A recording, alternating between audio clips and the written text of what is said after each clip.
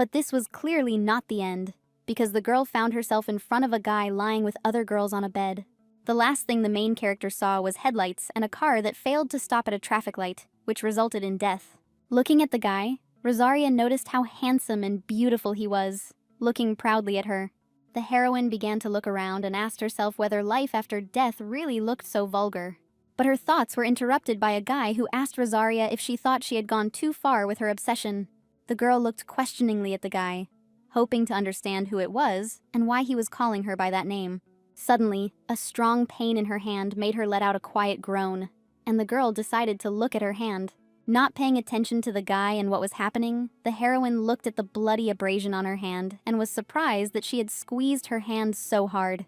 But forgetting about the pain, the girl realized that she had disturbed the young man and decided to leave the room so as not to cause discomfort to those present. As the girl left, the blonde said that he forgave her for running away for the last time and called her his bride. Elena Rosaria stopped and thought about why the blonde man addressed her as his bride. The brunette on the left began to whisper something to the guy, grinning maliciously, and he only smiled, listening to her speech. Suddenly, all three of them burst out laughing, and the brunette looked mockingly at Rosaria, thereby showing her worthlessness. The blonde smiled slyly and turned to the heroine, allowing her to join if she wanted to, but first let her kiss his legs. Rosaria turned around and headed towards the guy, feeling a surge of anger and aggression towards this man. But the blonde smiled proudly and noted that he had not thought that the girl was so eager to be near him. And a few seconds later, Elena, flushed, slapped the guy on the cheek, screaming at him to shut his mouth.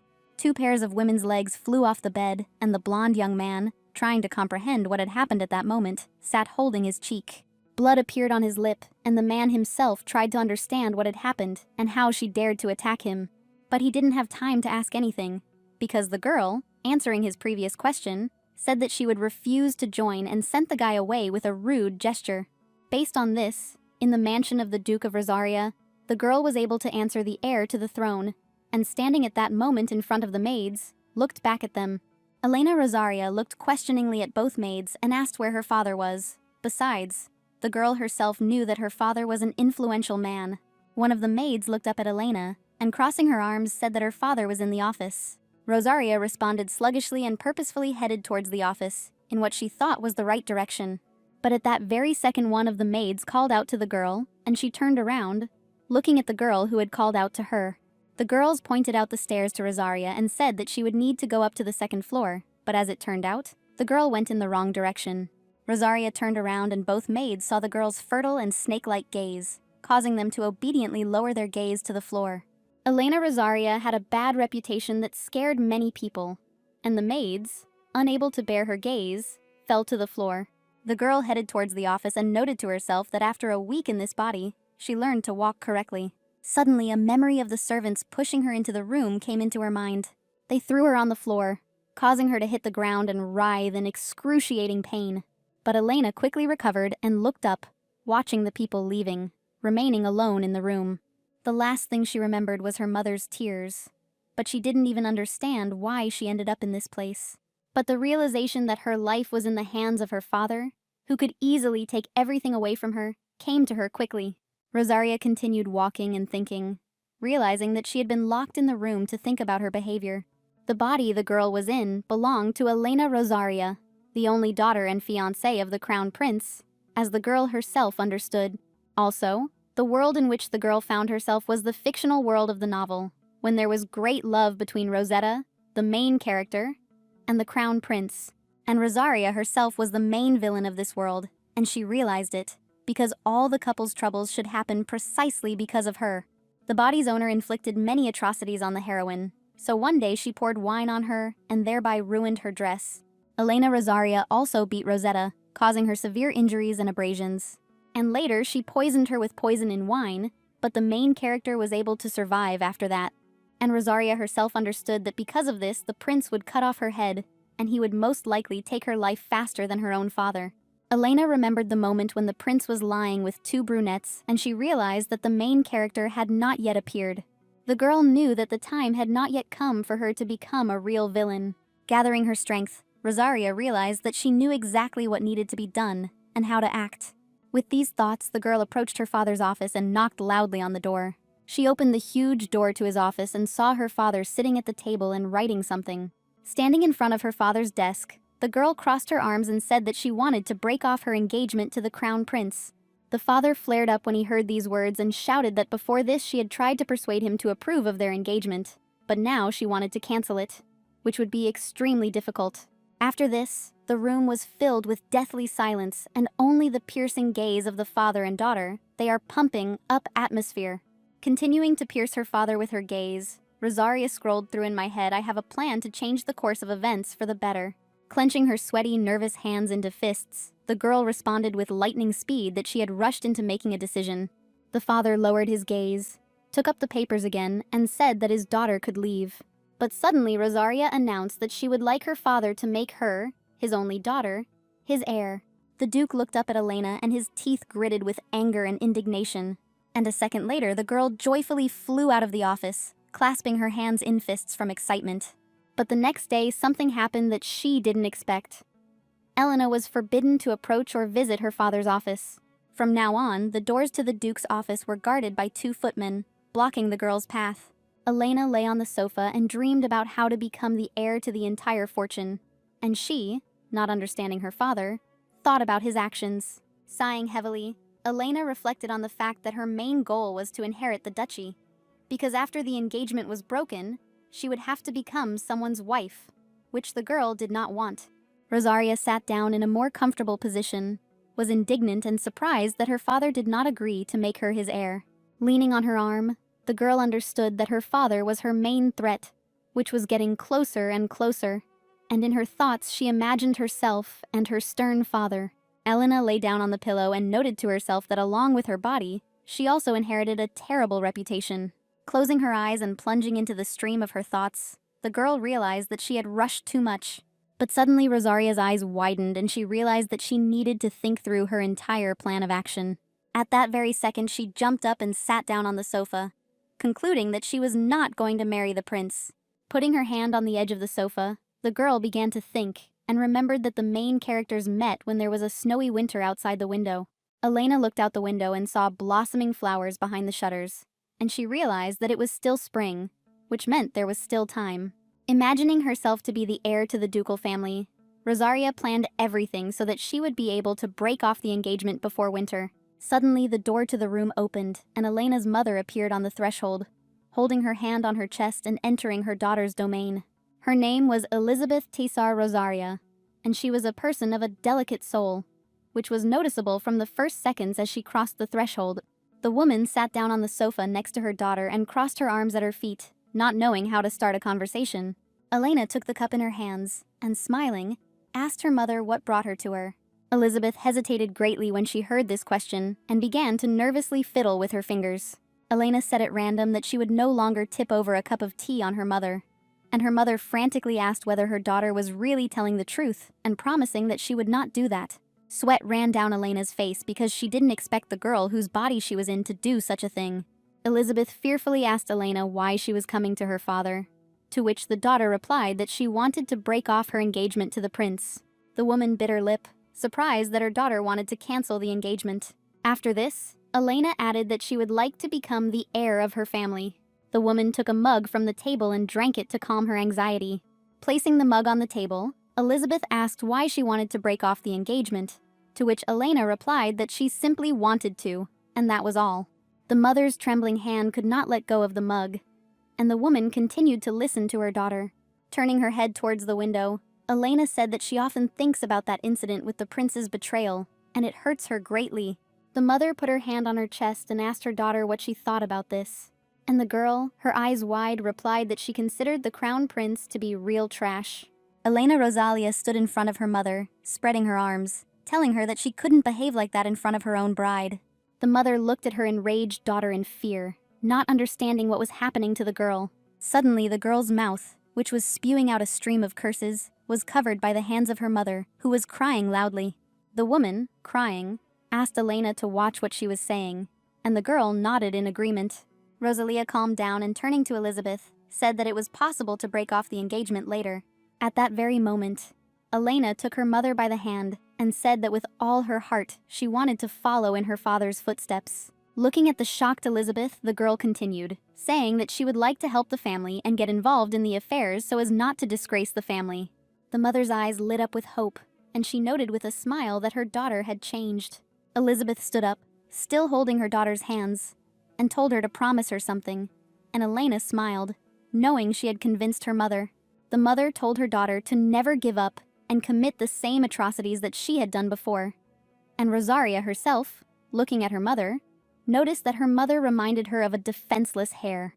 The woman's tear-stained eyes were shining, and clutching her chest, she told her daughter not to send her out of the room.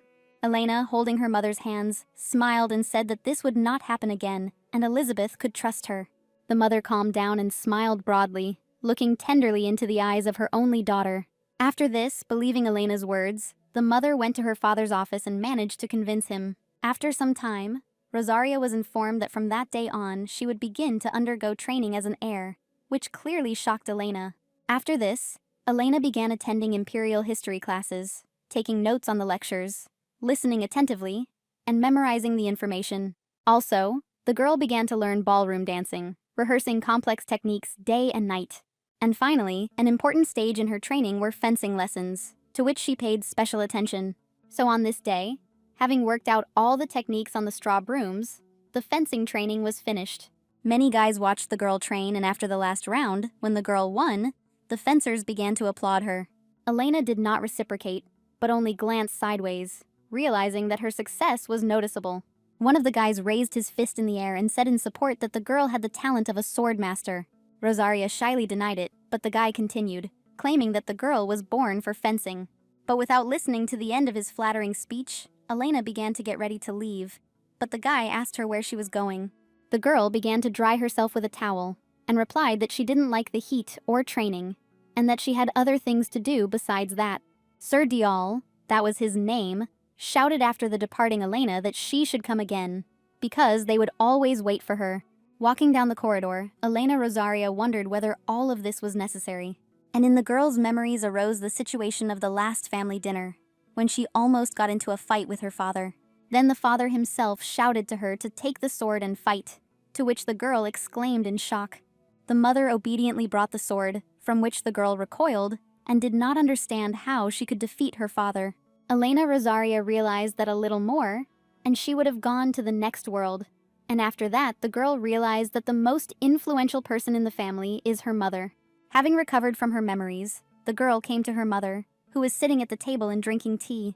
The woman asked her daughter if the training was over, and after her daughter's answer, she asked Elena to call her mommy, not mother. Elena Rosaria, a little confused, did as her mother said, and her lips spread into a smile. Elizabeth was delighted and, squeezing her cheeks with her hands, praised her daughter, and Elena only smiled sweetly, seeing her mother's genuine joy. At the same time, a knock was heard in the Duke's office, and then his stern voice was heard commanding log in. Volston, Elena's mentor, stood at the threshold of his father's office, and the boy quickly walked towards the Duke's desk. Without looking up, the man asked the receiver how his daughter had behaved. It depends. Directly looking at the man through his glasses, the young man said that everything was great because she was able to quickly cover the material. The man did not look up from his writing, and the pen glided smoothly across the paper, making a pleasant rustling sound. Volston watched in confusion as the pen moved across the sheet of paper and then, hesitating, fell silent. But a second later he said that Elena would be perfect for the role of heir to the ducal family, to which his father chuckled. But Volston continued, noting that the girl quickly analyzes material and can apply it in practice, saying that he appreciates her efforts. The man raised his stern gaze, and a spark of hope flashed in his eyes. Standing before the Duke, the receiver told the man not to ignore her efforts. It is a dark and deep night in a castle, illuminated by the dim light of the moon. In the huge bedroom, a man was lying on a double bed, and a young man was sitting next to him. The young man wiped his tears with his sleeve and looked at the man's body. In front of him lay a brunette with charming features, and the young man, crying, called his name. The young man nervously tousled the blanket under which the man was sleeping, and suddenly he heard movement. The man, squinting, opens one eye and, sighing heavily, looks around.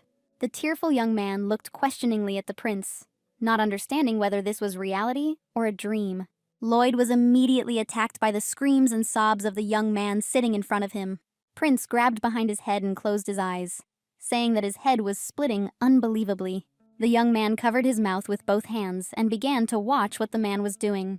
Groaning, Lloyd got out of bed, and seeing this, the guy panicked, saying that the prince should not make any sudden movements. The prince, gritting his teeth and sighing, sat down on the bed, clutching his head, and began to look at the guy standing next to him. The prince's gaze made Dane very wary and embarrassed, causing him to look at the man in bewilderment. But at that very moment, Prince Lloyd's face relaxed, and the man asked who was in front of him and where he was. The young man suddenly cried out, asking the prince if he didn't remember that it was Dane in front of him. But Lloyd suddenly looked at Dane in surprise and realized that he needed to strain himself and remember what had happened before.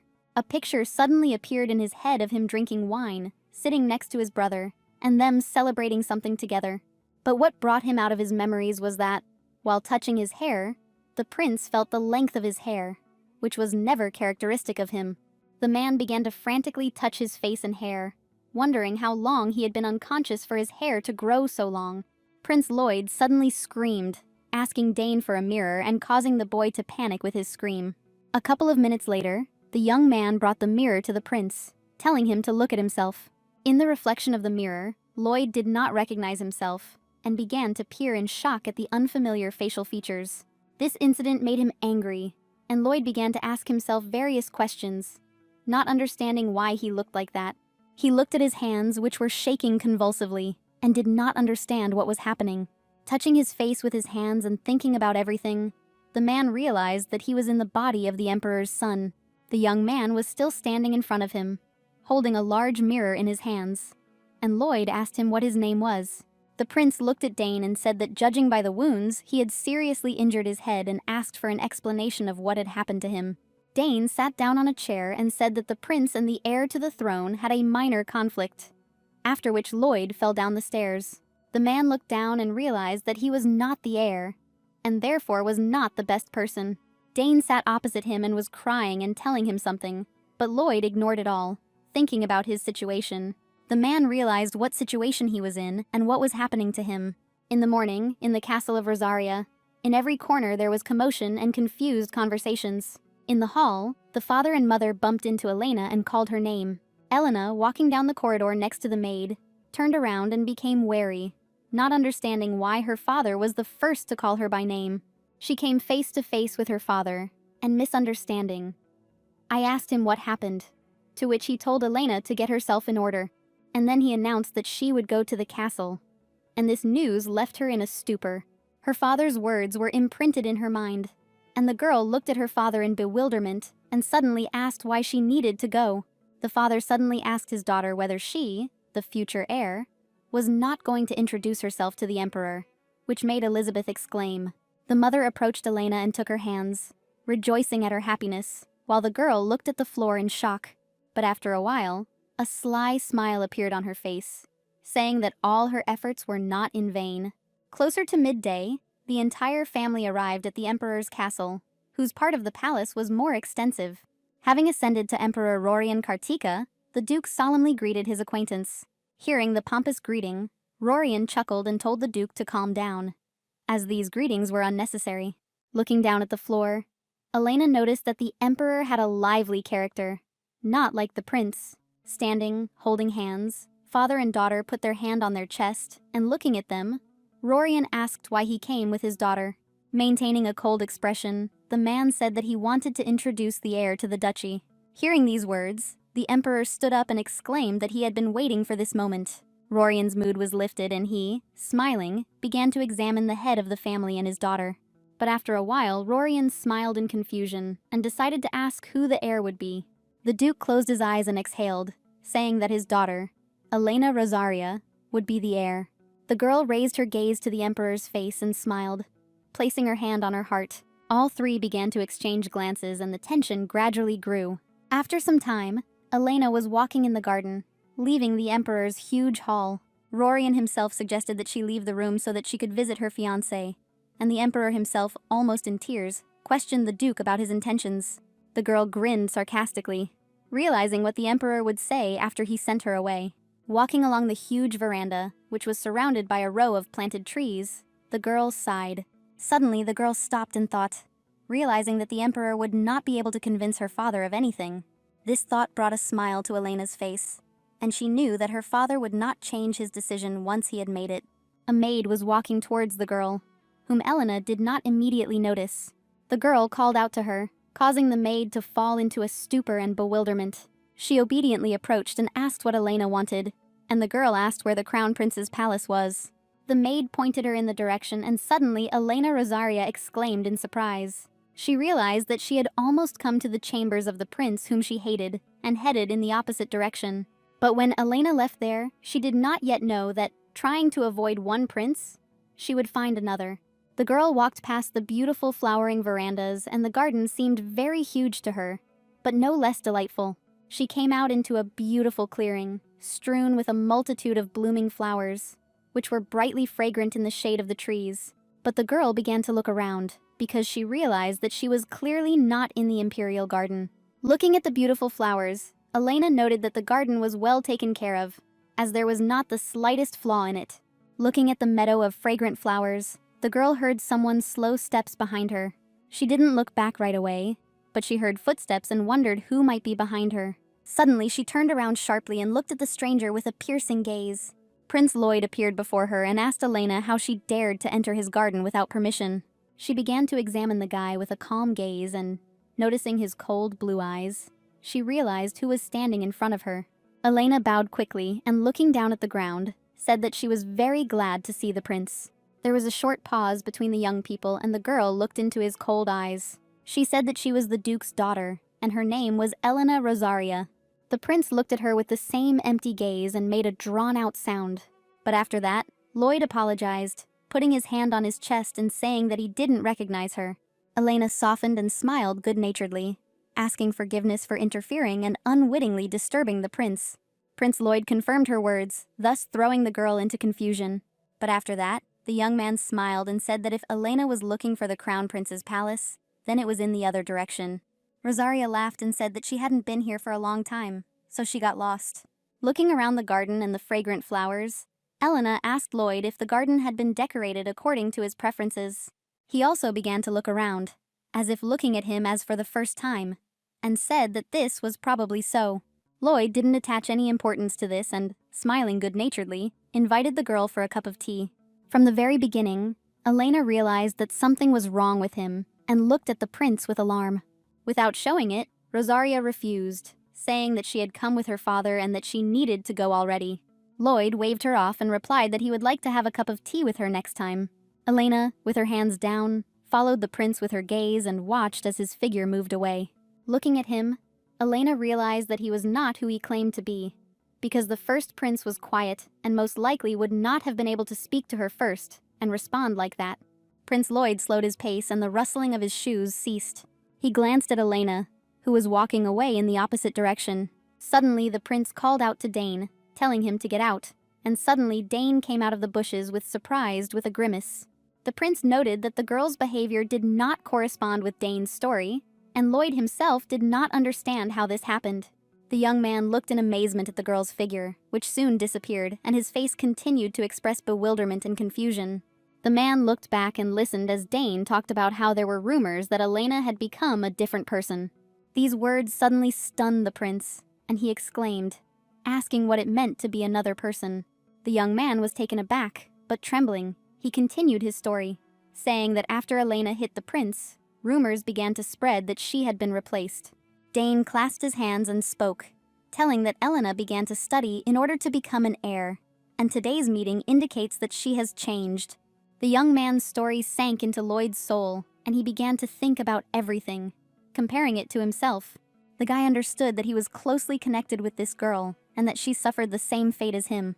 He and the first prince were completely different people, and Lloyd understood that most likely the girl had guessed his secret. Towards evening, a loud cry was heard in one of the rooms of the palace.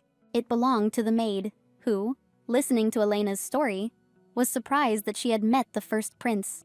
Taking off the earrings from her ears, the girl said that the prince did not look like the one she knew before.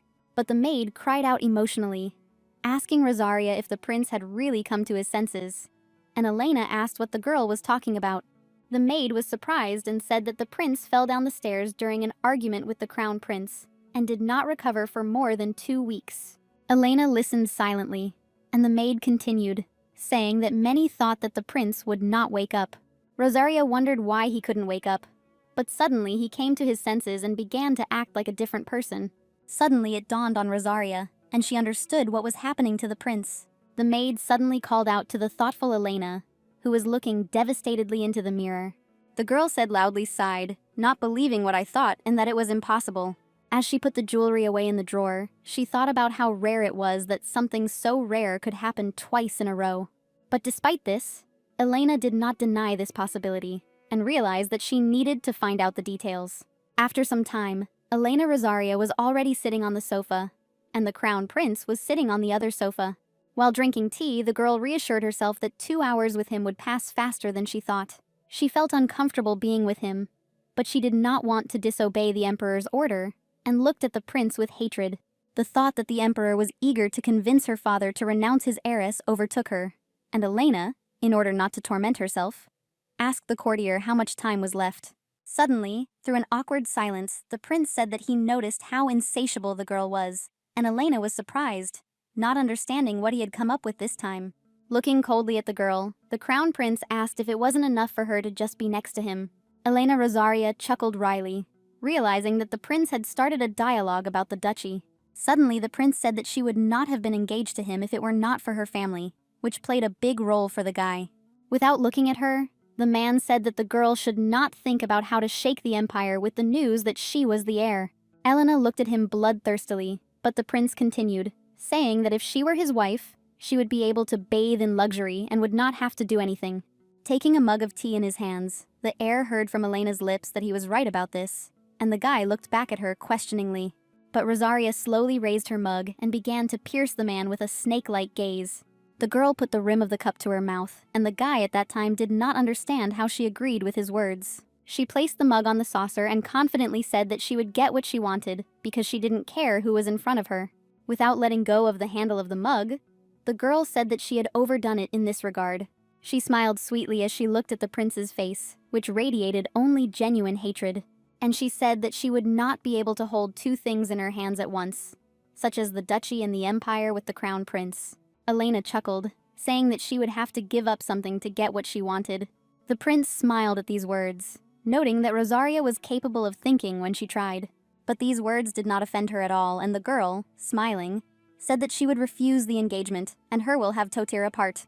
After a couple of seconds, looking at the prince's face, Elena asked if he wanted this too. The question asked left the prince perplexed and at a loss. Sitting opposite the prince, Elena regretted that she had started this conversation so early, but the hope that she would be able to persuade him still lurked in her soul. Looking at the guy's face, the girl understood that he did not want to see her as an heiress, but also as a crown princess. Suddenly, the prince exclaimed, asking the girl what she had said, and Elena looked at him in bewilderment. Gritting his teeth, the prince repeated his question and stared hatefully at the girl. Rosaria was a little confused, and repeated that she would like to break off her engagement with him. Suddenly, Elena Rosaria said that everything happened because she was constantly hanging around her father, and so she reconsidered her decision and decided to distance herself from the guy. Looking into his eyes, which were filled with anger, the girl said that she knew how much the prince hated her.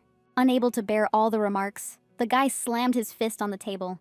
He looked at her coldly and said that he could not believe that she dared to tell him about this, and suggested that she give up her place as heir. The girl continued to pierce the prince with her snake-like gaze, not giving in to manipulation.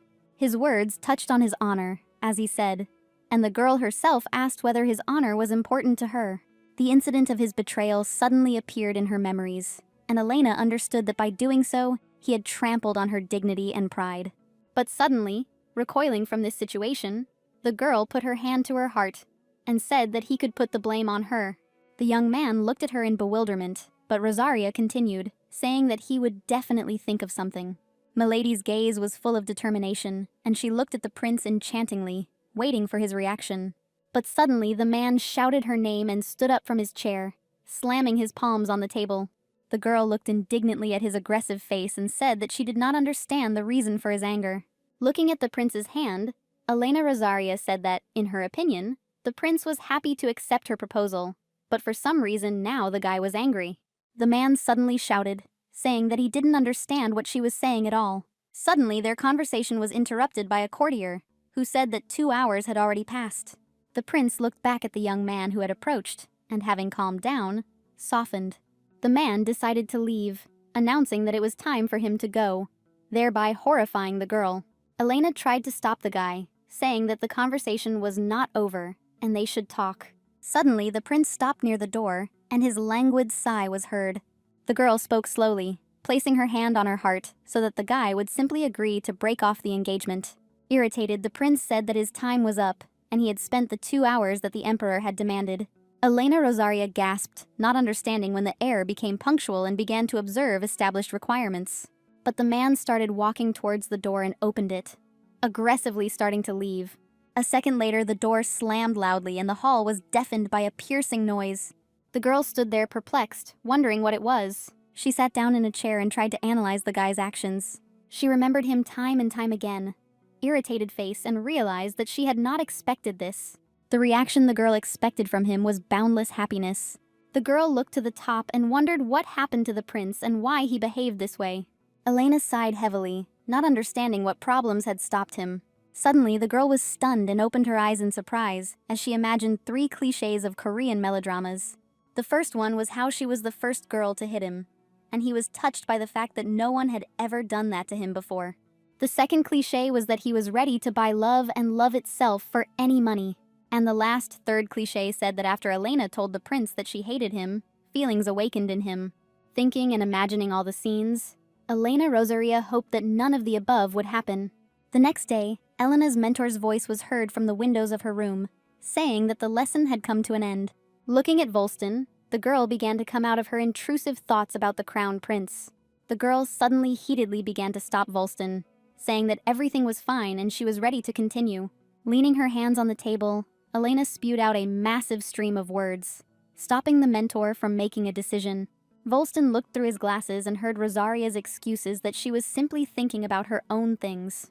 And the guy slammed the book shut and said that it didn't matter to him, because Elena was not in the condition to continue her studies. The girl looked in amazement at the departing mentor. Suddenly, the door slammed shut and the girl sighed tensely.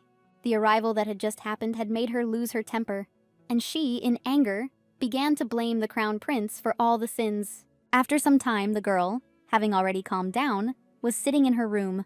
Suddenly, a maid came to her, announcing that she was invited to the palace, and Elena asked who this man was. The maid smiled in confusion and said that it was none other than the first prince. Elena Rosaria began to open the letter from the guy and thought about the fact that he was not joking about his proposal, his silhouette and the way he invited her to drink a cup of tea. Opening the letter, which stated that Lloyd wanted to invite the girl to the palace, Elena grinned and realized that he was definitely not that prince. The maid suddenly exclaimed, asking Elena if she was really friends with the younger brother of the crown prince. And the girl, hearing this, began to deny it. The girl looked at the note and did not understand the prince's intentions, because inviting the bride of a brother with whom she had a bad relationship was extremely strange. After some time, the girl was already sitting in front of her notebook, in which she wrote a short description of the characters from the novel. Elena had experienced most of the nuances of this world, so she might not have written it down. But the girl did it for sure. Suddenly she will forget, because it is better to keep it on paper than in your head. Suddenly, Rosaria crumpled the sheet of paper, realizing the problem of why the details of the novel had changed. Suddenly, her meeting with the prince appeared in her head, and Elena wondered why he so rarely changed. The next moment in her mind was when they said that the prince would not wake up, and Rosaria thought that perhaps his behavior was connected with that incident. Imagining how she stood in front of him, the girl wondered if he, too, had guessed that she was different. After all, when she met him, Rosaria was completely different from the one everyone knew. She paid attention to the little details of the garden, and was also calm and sociable, which is not typical of the heroine of the novel. Moving away from her memories, Elena looked at the inkwell and pen standing on her desk. She took a piece of paper and a pen and began to write something. She began to write something quickly, wondering if the prince had changed just because of that incident. As Elena sealed the envelope, she wondered if someone had actually moved into it. But putting all thoughts aside, she decided that she should first respond to his invitation. The next day, the girl's mother walked into the room, calmly shuffling her heels across the red carpet. She entered her daughter's room, inviting Elena to have some fun with her mother. The girl who put on decorations stood next to the servants and good-naturedly let her mother into her room. Elizabeth asked Elena where the girl was going, and the girl said that she needed to go to one place. The woman said that she had brought cookies to eat with her, and after that the mother grabbed her mouth with her hands. The mother held out a basket of cookies, saying that they looked just like her daughter. Taking a bunny-shaped cookie out of the basket, the girl said she would try not to be late. Elena brought the cookie to her mouth and said that after this she would definitely spend time with her mother. The woman's face lit up with hope and love, and Elena herself understood that by spending time with her mother, she was softening her relationship with her father as well. The girl understood that her father was sometimes angry with her because of his bad character, but mostly her mother was able to influence him. She stroked his shoulder, calming him down in such moments. The mother always tried to protect her daughter from his anger and softened the Duke's hard heart with her love and smile. Elena was glad that she had a wonderful relationship with her mother, and the girl herself had the impression that she was her real mother.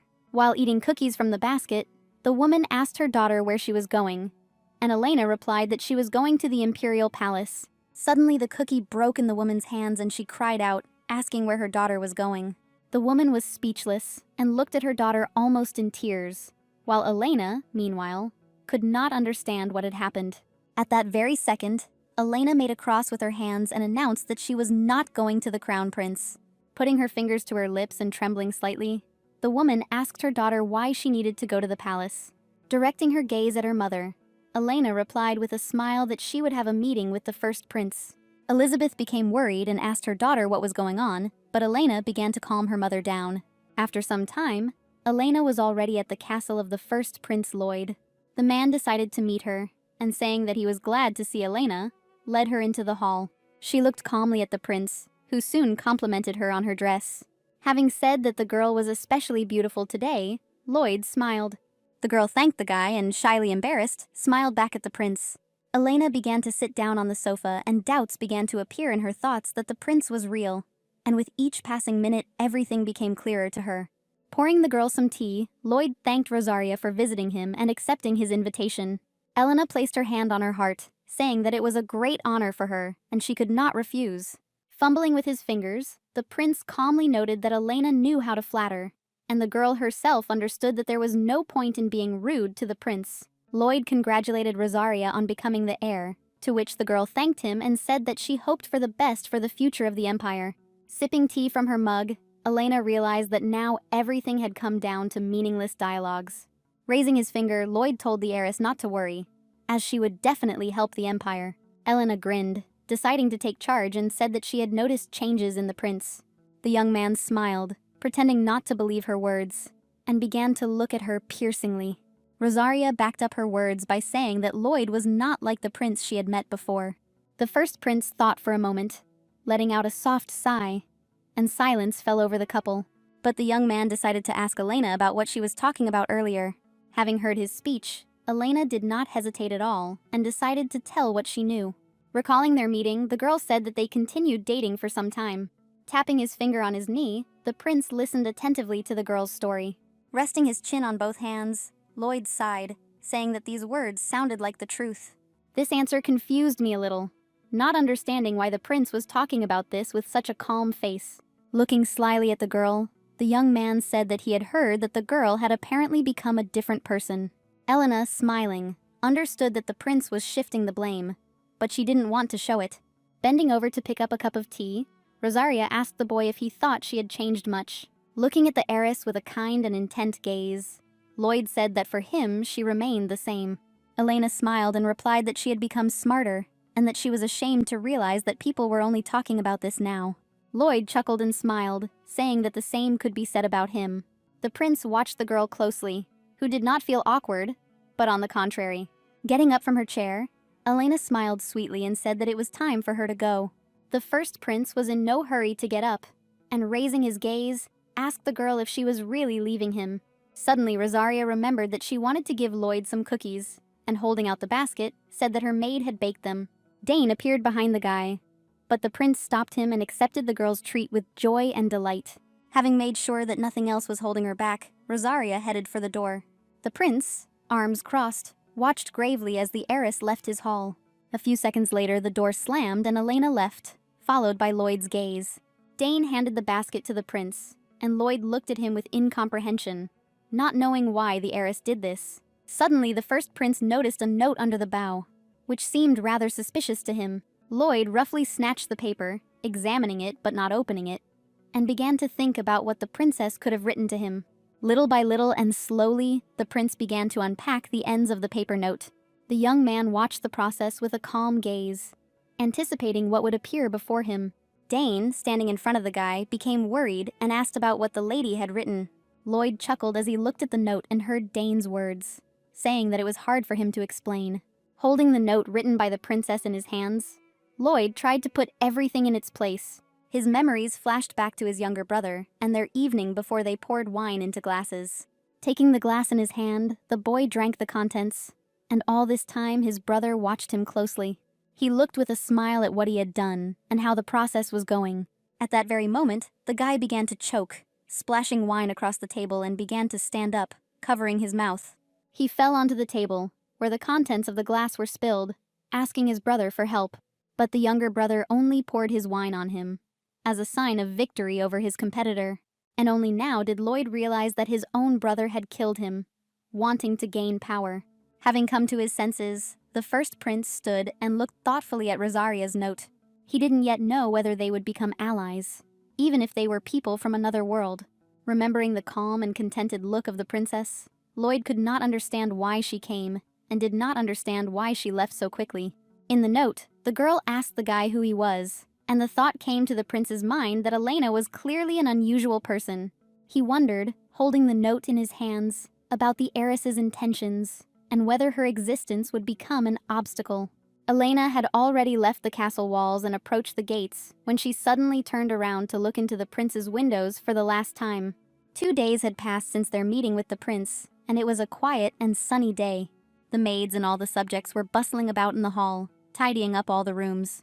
Rosaria was sitting in her office, her head resting on her hand, thinking about something of her own. Suddenly, the girl sighed heavily and began to doubt whether she had really written to the prince. She imagined how the prince would open her note and not understand anything, because Elena thought that he would immediately try to contact her. Sighing, the heiress thought that she would have to wait a month, or maybe more. A few seconds later, a maid stepped onto the threshold of her room, carrying a letter for the girl. Elena stood up at that very second and screamed, asking who the letter was from. But having received the letter, the princess calmed down and the maid asked her if she was expecting news from anyone. Without answering her question, Elena began to open the letter she had received.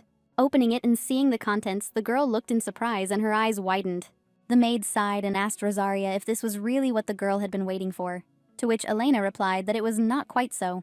The girl closed the letter and asked the maid to bring a pen and perfume so that she could write a reply quickly.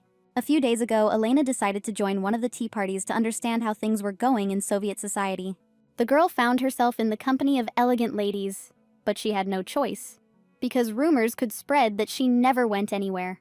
The ladies discussed men and their lives, but Elena herself could not even imagine that she would find herself in the company of uninteresting women. Elena noticed that when suggesting going to karaoke, the girls behaved like ordinary high school students. So a couple of days ago, sitting and listening to the girls' speeches, Rosaria slammed her fan shut. With a loud sound, she attracted the attention of all the ladies present. A sweet girl approached Elena, asking if she was happy with everything. Rosaria smiled, saying that yes, she hadn't been in such companies for a long time, and she enjoyed spending time among the girls. The girl asked Elena to share something, and the heiress realized that this was her chance to change the subject. Suddenly, Elena started talking about politics, territorial expansion, and the affairs of the empire, trying to find topics for conversation. The girls watched her and her words attentively, changing their facial expressions and emotions depending on her words.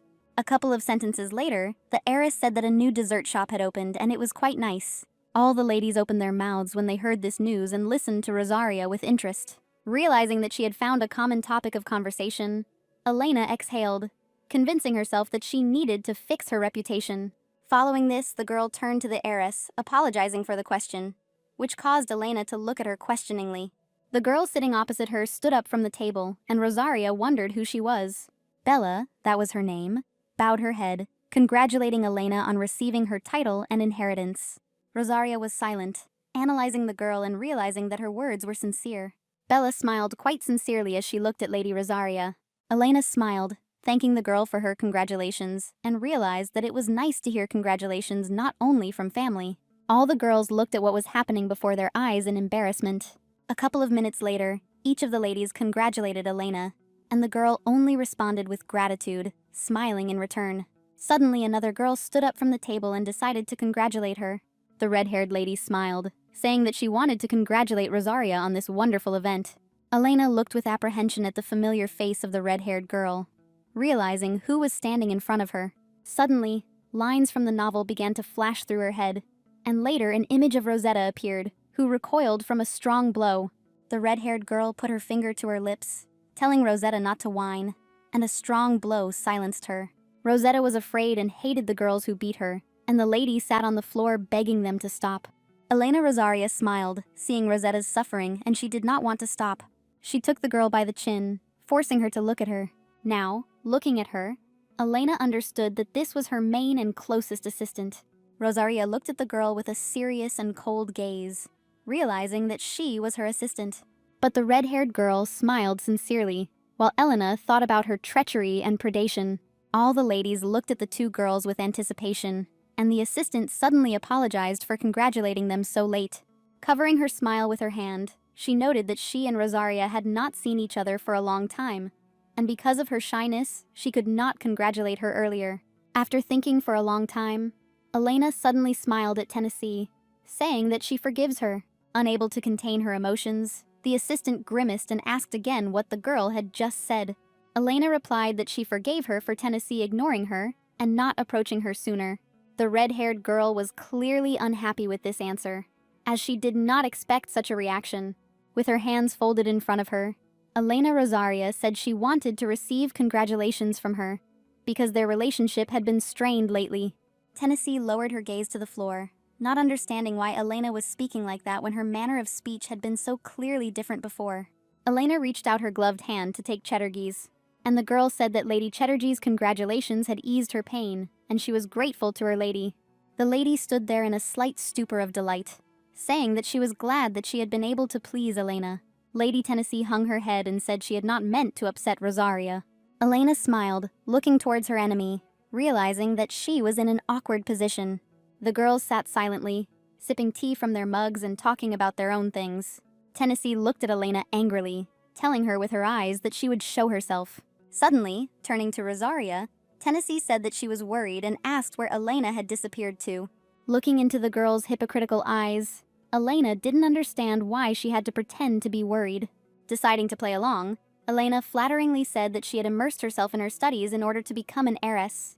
Clapping her hands, Tennessee smiled and asked why Elena hadn't written anything, since there were a lot of rumors surrounding her. Suddenly, the ladies' company perked up, not understanding why Tennessee was stooping to the point of wanting to slander Elena. Tennessee started when suddenly Elena stopped her, asking if she had brought this up on purpose, which made the red-haired girl confused and ask again. Elena looked at her, repeating her question about why spoil the tea party with such nonsense. Sweat ran down Tennessee's face, and Elena asked her whether the girl had started this conversation on purpose or by accident. Tennessee just listened with irritation to everything that Rosaria told her, and understood that the girl had decided to get to her. Suddenly, one of the ladies entered the conversation, saying that Tennessee did not do it out of malice, and she needed to apologize to Rosaria. Everyone began to look at each other, realizing that the lady's actions were thoughtless and that she needed to apologize. Everyone around Tennessee was whispering that the girl had behaved tactlessly, and that this topic of discussion only spoiled the tea party. Clenching her fists, her palms sweating, Tennessee apologized, saying she had behaved incorrectly. Elena smiled and good-naturedly replied that she forgave the girl this time too. More than a few days passed after the fateful tea party when guests arrived at the Duchy of Rosaria. Elena greeted Lady Rendor and Lady Chatterjee warmly at the threshold of her domain. Both girls were glad to have come to visit and thanked Rosaria for the invitation. Elena smiled good-naturedly and decided to lead them into the walls of her palace. After some time, all three were already sitting in the Rosaria library. Elena smiled happily, saying that this time the tea was aromatic and delicious. Looking at the many books, one of the girls asked the heiress if this was really her personal library, to which Rosaria replied that it was. Lady Chatterjee exclaimed that she had been in many houses, but had never seen such beautiful rooms. Elena sipped her tea from a cup, listening to both ladies discuss her property and praise its design. She looked at them, and her gaze told them to be even more envious, surprised, and admired. Because it was not in vain that she prepared. Just yesterday, the maid asked Elena why she had to bring everything to the library when she could have tea in the hall. Rosaria, smiling, replied that she wanted to show them something. The maid became worried and asked what she would like to show them. Also, yesterday Elena agreed with a subject that he would bring her some document, and at that very second the man came into their library with the documents. The girl took the papers in her hands, irritably asking the man questions. And after that, pointing her finger at a line, she said what needed to be corrected. Both ladies watched in fascination as Elena handled her affairs. When handing over the document, Rosaria told the man to tell her that it was okay to leave it as is. Turning to the guests, Elena smiled and apologized, saying that she had to take on some of the Duke's duties. But both girls looked at Elena in fascination. Lady Rendor noted that Rosaria looked very serious. Rendor smiled and said that they were only happy to see her new look.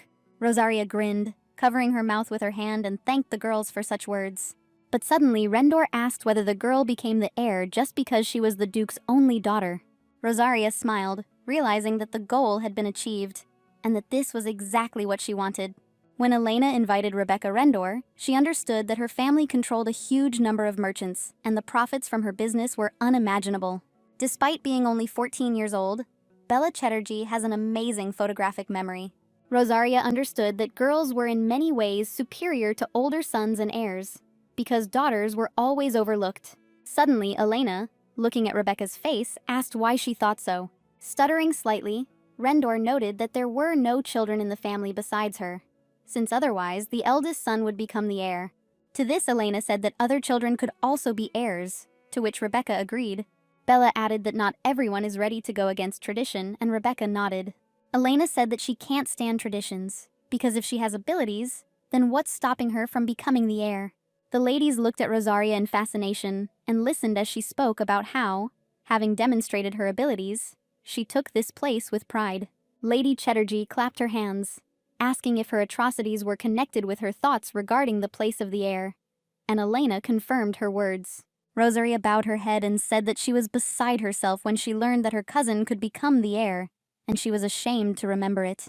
Suddenly, Lady Chatterjee said that Elena had nothing to be ashamed of, because if something like that happened to her, that's exactly what she would do. Looking at Rosaria with admiration, the girl said that she was now a true role model, to which Lady Rendor agreed.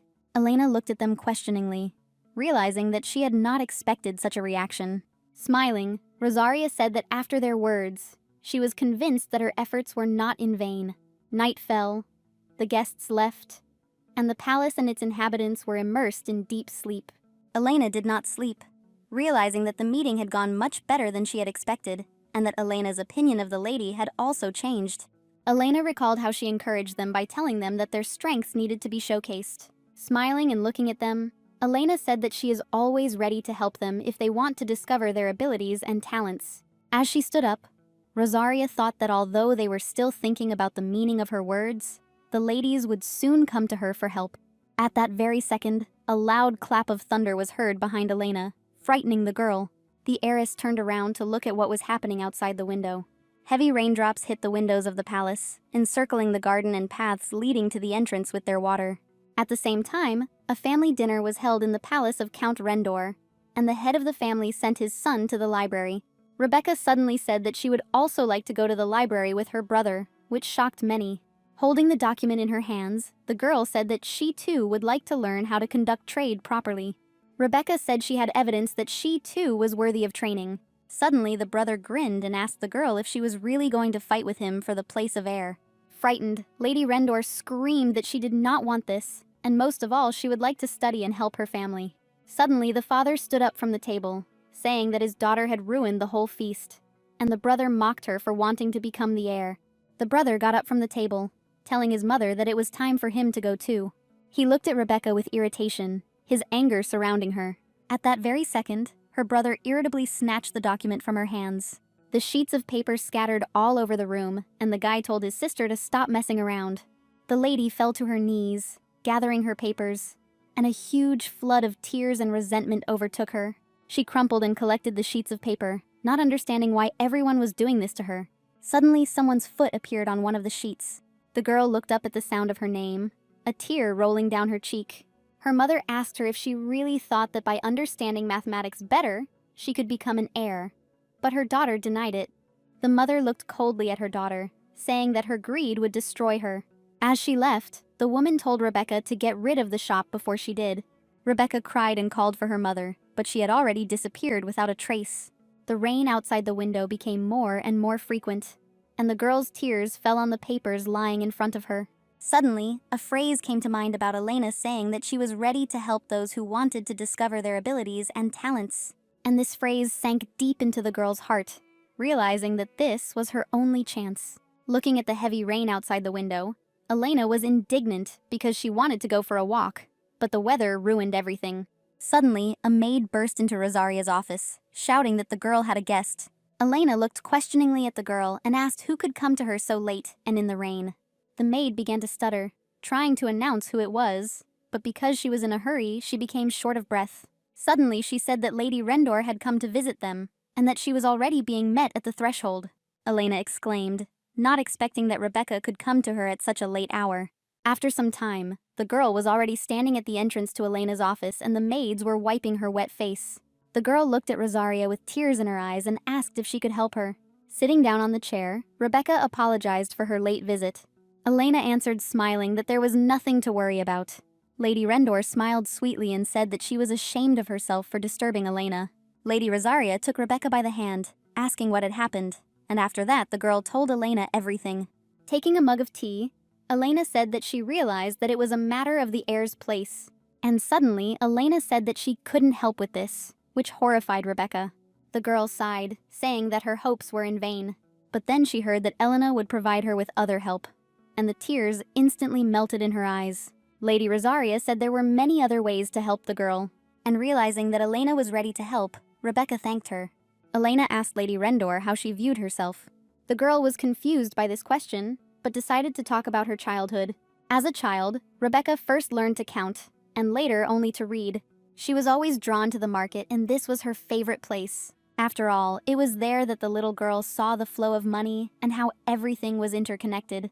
Placing her hand over her heart, Rebecca said that her abilities were among the greatest in the history of the Rendor family, making her worthy of bearing the name.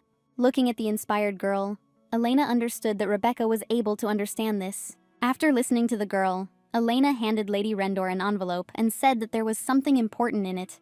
When she opened it, the girl saw that only the word tomato was written there. Rebecca asked Elena if there would be any problems with him. Rosaria noticed the girl's intelligence and said that there would soon be a shortage of it.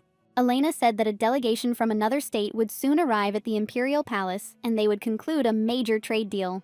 Rosaria said that the tomato scale will exceed more than 70%. After thanking Elena, Rebecca remembered her relatives who told her that nothing would work out for her.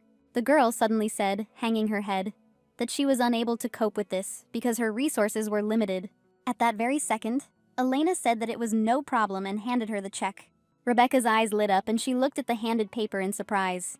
This check would be more than enough because it is the check of the Rosaria family, whose wealth is enviable. Having accepted the paper, Rebecca said that this was more than enough and there would even be some left over.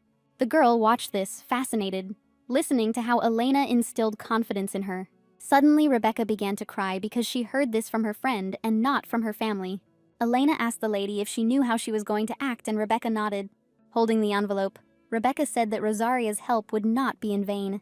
Elena, doubting, asked if she could definitely handle it, and the girl answered positively. Thinking back on her family, Rebecca realized that the easy part was left. Tears melted on her cheeks from the realization that Elena had helped her. After some time, the carriage with Rebecca stopped at the palace and the mother ran out to meet her daughter. The girl got out of the carriage and was greeted by her mother's screams and reproaches. The woman screamed and asked where the girl had been, and Rebecca bowed her head and began to apologize. Looking into her mother's eyes, she said that she was very sorry for that incident. The mother winced and asked if she really felt sorry for her daughter. Rebecca nodded positively, saying that the business would be over. The mother beamed when she heard these words and praised her daughter. Rebecca's older brother watched all this from the window. The mother took her daughter by the hand, saying that she was tired and needed to rest. Rebecca looked at her mother's hand and understood that caring only happened when she listened to her. and the house in which she was only when she unquestioningly fulfilled the whims of others. Rebecca understood that soon she would be living by her own rules. And soon the Rednor family, which everyone is so proud of, will become hers. The next day, Rosaria welcomed guests on her veranda, who admired the beauty of the place. Sitting in a beautiful and elegant dress, Elena warmly greeted her guests. The girls looked around in admiration, looking at the beautiful greenhouse. Among them, a girl named Mabel appeared, because it is she who will help the main character cure the epidemic that has arisen in the Empire.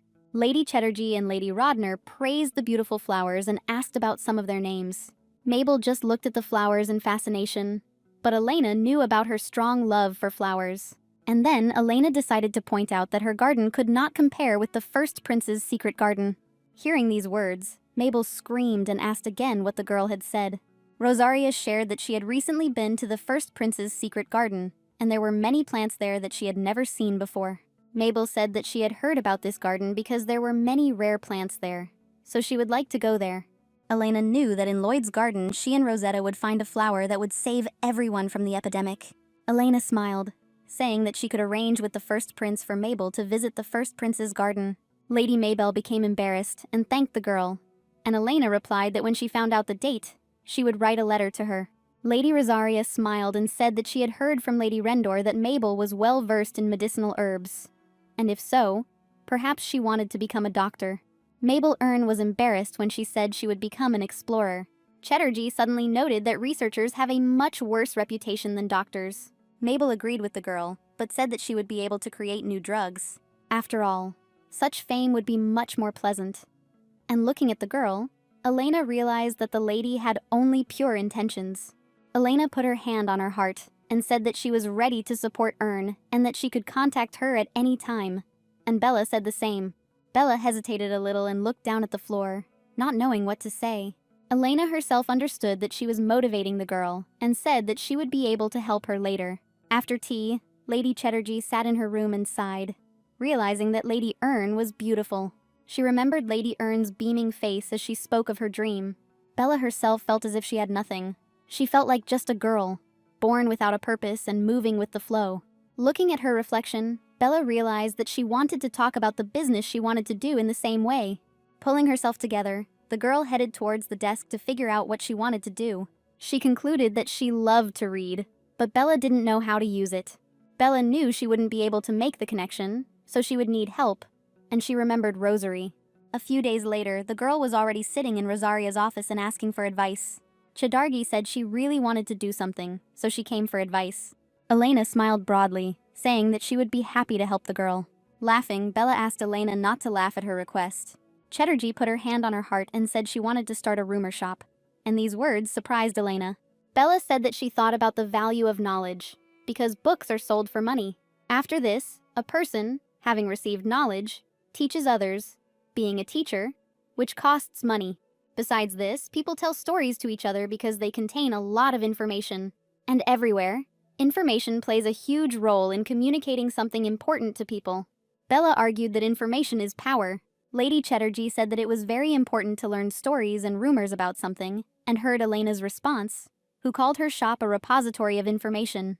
Elena looked at the smiling Bella, who turned out to be very smart and in the right direction.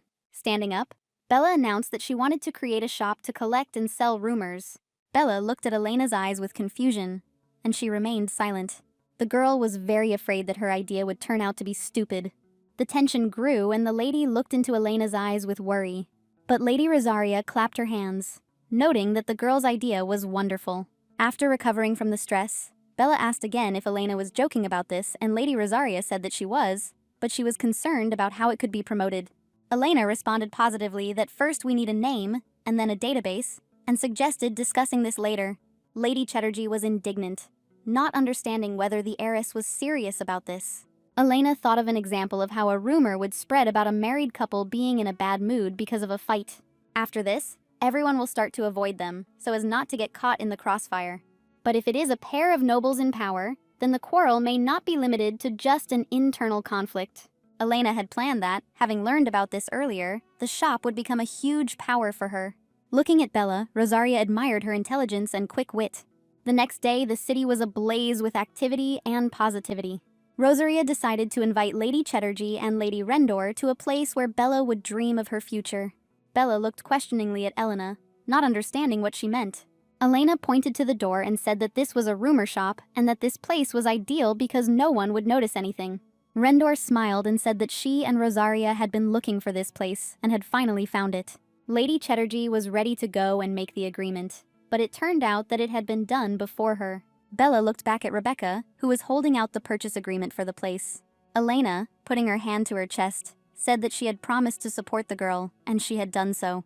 At that very second, Bella threw herself on Rosaria's neck, knocking her down and thanking her. Later in the evening, Rosaria was already in the mansion and asked the maid how her mother was feeling. In response to this, the girl heard that Elizabeth was spending time with a certain guest, and Elena was surprised by this. As she approached the huge hall, Rosaria heard men's laughter coming from there. Thinking that the laughter belonged to the crown prince, Elena ran into the hall screaming. But what was her surprise when she did not see the crown prince? At the table next to her mother sat the first prince, and seeing the girl, he sighed. While drinking tea, Lloyd said that he was glad to see the girl, and that he and his mother had been waiting for her. After which, the woman left. Addressing the prince, Elena said that Lloyd had an enterprising character, because he did not give an answer. The first prince smiled and said that after that note, he didn't know whether to show respect. Elena clenched her hands as she began to tense up after the words were spoken. Suddenly, the guy confidently said that his name was June.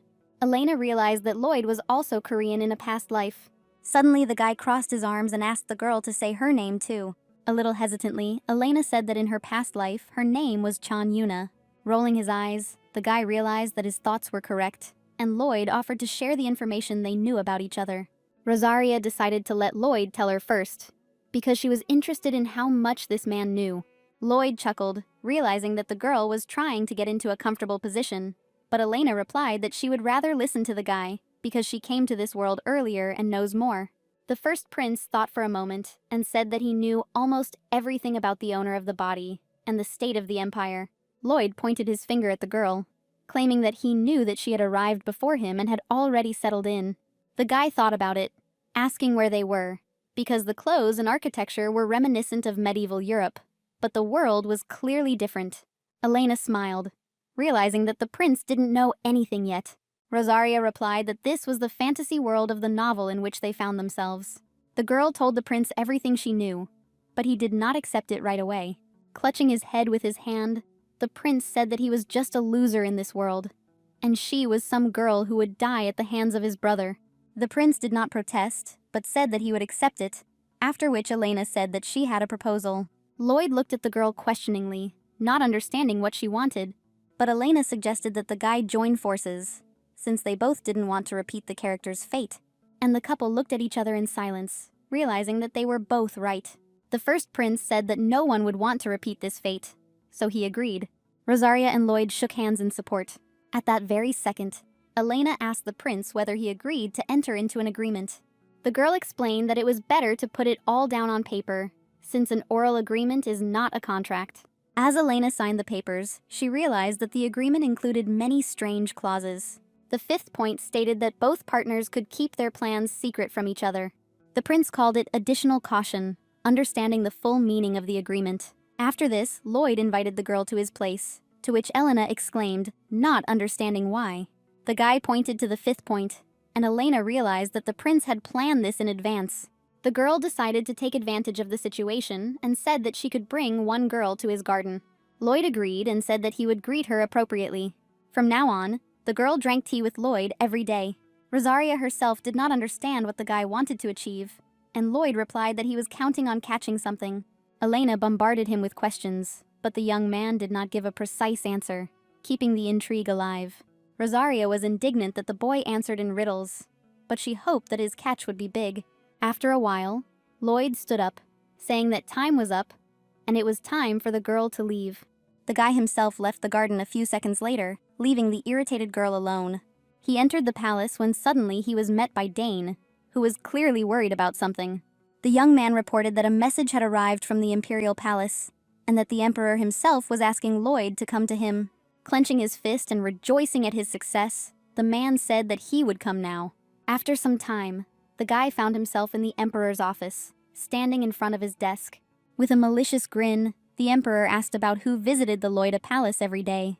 To this, the guy replied that he was dealing with a fox that he had met recently. Lloyd repeated that it was a fox with luxurious red fur and a difficult character, which he wanted to tame. The emperor was surprised that he called Helen a fox and did not understand how he would tame her. Suddenly, the emperor laughed, not believing that Lloyd could do it. The emperor remarked that his mother was good at taming wild animals, to which Lloyd replied that he was like her. Stroking his beard, the emperor could not understand what had made the weak Lloyd change so much. The man stood up, putting his things away and looking sideways at the guy. He suddenly extended his dry hand towards him. After ruffling the boy's hair, the emperor said that something had clearly changed in the prince's head. Raising the young man's head, he said that the changes had been profound. The emperor chuckled, asking how big the boy's goals were. Lloyd remained silent, listening to the mocking and insignificant speeches. After this, the emperor invited the boy to a meeting that would take place in a week. The young man replied that he would come and decided to leave. He turned and headed towards the exit. A second later, Lloyd was standing outside the door, thinking about what had happened. He was pleased with what happened and smiled.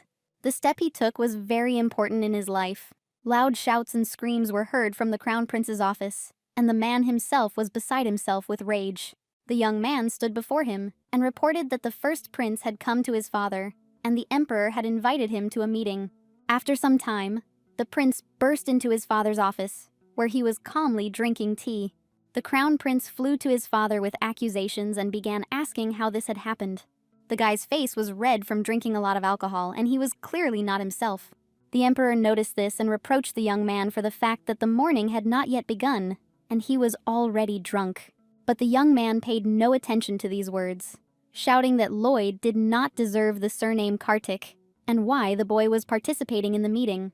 The crown prince was angry at the whole world, taking out his aggression on his father, who sat in front of him and looked at him silently. Looking at the emperor with his drunken and furious eyes, the prince breathed heavily. A heavy pause fell between the two men, and they looked at each other with indignation. Suddenly, the emperor turned coldly to his son, asking him if he was not confident in himself. The prince put his hand to his chest and began to justify himself, saying that his pride was hurt. The father interrupted the prince, asking him why he had come to him shaking like a dog with fear. Bowing his head and lowering his voice, the son said that his father would regret allowing Lloyd to attend the meeting. With an unwavering look, the emperor said that he would not regret his words. Finishing his tea from his cup, the man watched his offended son. While the servant was refilling the mug with aromatic tea, the emperor was thinking about how irritating his son's behavior was. Putting the cup to his lips, the man decided not to pay attention to what was happening. The only thing that worried him was which of the two could make the empire more powerful and rich. With his arms crossed, the emperor turned away from thoughts of the brothers' rivalry and considered only the future of his empire. At the same time, the crown prince appeared in Lloyd's office, clearing his way of the servants. The first prince was reading a book, and noticing out of the corner of his eye a guy approaching his table, looked up. At that very moment, the older brother threw Lloyd's book onto the floor with a sharp and powerful push. The crown prince glared at his brother, asking him why he didn't know his place. Lloyd began to rise little by little, turning to his brother with a bewilderment that was sincerely reflected on his face. The crown prince suddenly grabbed the collar of his brother's shirt, shouting at him, "How dare he do this?" But his brother's hands quickly intercepted Lloyd's, ready to attack. Holding the crown prince's hand, Lloyd looked at him with a prejudiced expression, noting how the prince liked to get handsy.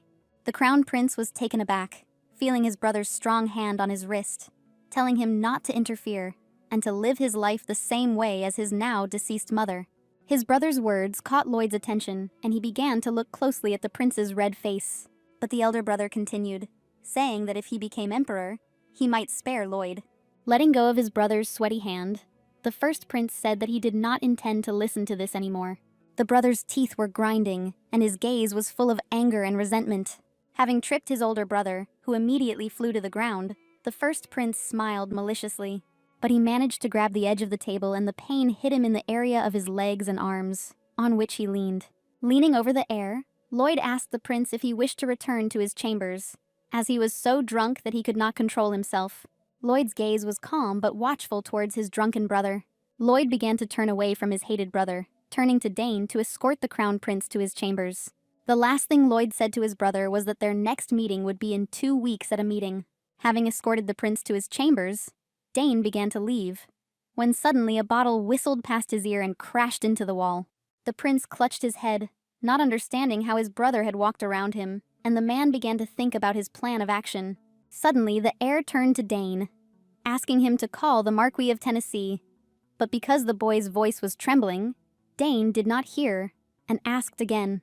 At that very second, the prince repeated himself, already shouting at the young man to immediately call the Marquise. At that very time, Elena was in her office where the maid found her, informing her that someone had arrived to see her. The maid reported that the girl who had come to see them had identified herself as Lady Lisa Tennessee. Resting her head on her hand, Elena remembered that lately Lisa had been leading a reclusive lifestyle. It started when after tea she stopped attending other meetings. Elena Rosaria smiled sourly, understanding the purpose of the girl's visit. Turning to the maid Lena, the heiress ordered her to bring the girl to her room.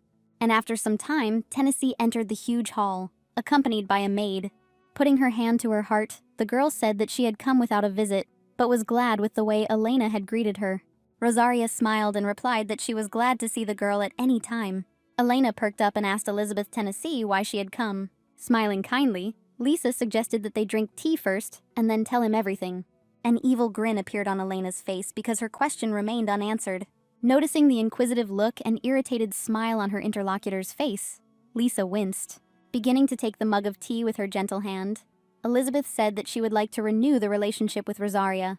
Smiling, Elizabeth said that she did not mean to offend the girl with her behavior, and apologized again. Looking at Elizabeth, Elena understood that the girl needed to renew the relationship in order to grab hold of something. Lisa smiled, saying that she was ready to do anything, just so that everything would be like before. Elena stood up, looking coldly at the girl, and said that this was a pointless and unnecessary conversation. Lisa started to stutter, but Rosaria stopped her, saying that she didn't need a man ready to stick a knife in her back. The girl looked intently at her interlocutor, pretending not to understand what Elena was saying. But Elena, without answering, pulled her hand towards Tennessee's face. Grabbing her cheek and stroking it, Elena said that Lisa was not an important person who clearly could not do anything special. Elena's hand reached behind the girl's ear, tucking a strand of her hair. But at that very second, Elena's hand flew off in the other direction, and Lisa, clutching her chest, said that the girl would still regret her actions. Elena looked at the girl with a smile, realizing that she was only making herself out to be a victim. Lisa, getting up from the sofa and red with shame, said that she did not intend to tolerate this and that she had to leave. Elena, crossing her arms over her chest, watched her irritated rival leave. Raising her hand in farewell, Elena said goodbye to Lady Tennessee, smiling after her. At the same time, the Crown Prince was sitting in the office of the Marquis of Tennessee, who was clearly glad to meet them. Smiling in the prince's face, the Marquis asked about the business for which the heir had come to him. Looking into the eyes of the shameless Tennessee, the prince thought that he clearly knew why he came to him, but was being cunning. Looking at the stack of papers in front of the Marquis, the prince was indignant at why the man was behaving this way. The thought that came into the guy's head was to see how long Tennessee would behave like this. The Marquis was the first to break the silence and said that he had heard that Lloyd Kartika also wished to attend the meeting. The prince was offended by the fact that the Marquis added the first prince's surname to his name. Tennessee looked at the prince and thought that he was still so young. Looking at the heir's face, red with anger, the Marquis realized that Lloyd's presence was an order from the emperor. The Marquis smiled, asking if the heir really wanted Tennessee to go against him. The prince's patience was at its limit, and his teeth ground with anger when he heard the Marquis's slow voice. Suddenly, the man said that he would remove the first prince at the request of the heir. Placing his hand over his heart, the man said that by doing so, he would be going against the will of the emperor. And reminding him that he has a charming daughter, Elizabeth, who has reached marriageable age, the Marquis smiled. The heir clenched his fist upon hearing these words, and suddenly looked at the retreating figure of the Marquis. The prince was angry that the man, pretending to lay his head in front of him, was demanding something from him. The young man's teeth ground even harder than before at the thought of how he would ask Lisa to marry the villain.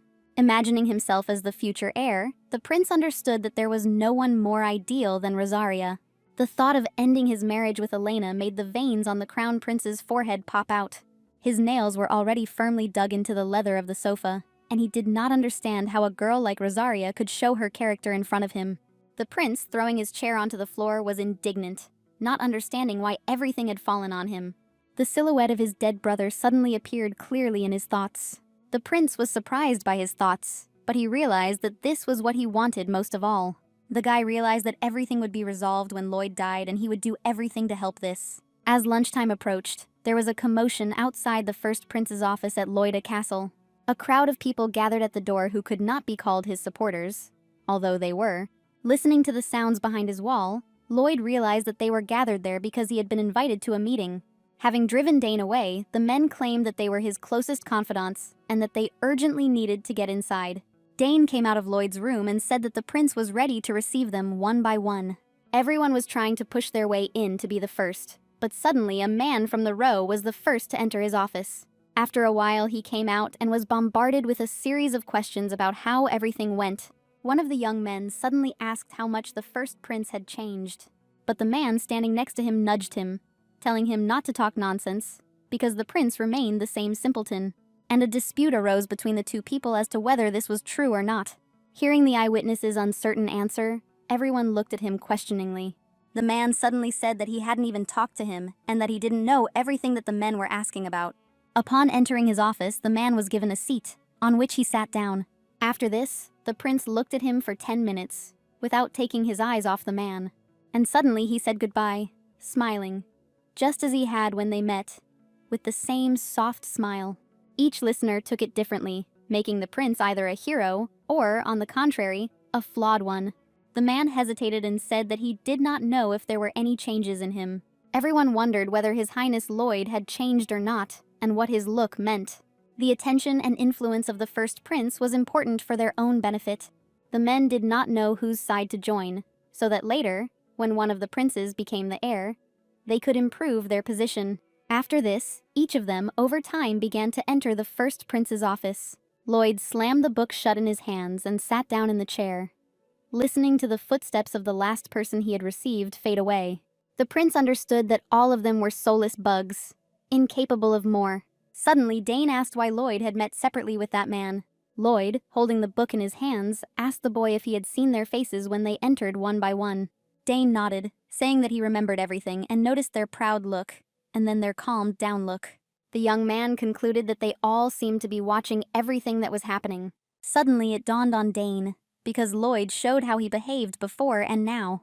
The prince said in a puzzled tone that they had most likely come to understand what was happening after hearing the emperor's order.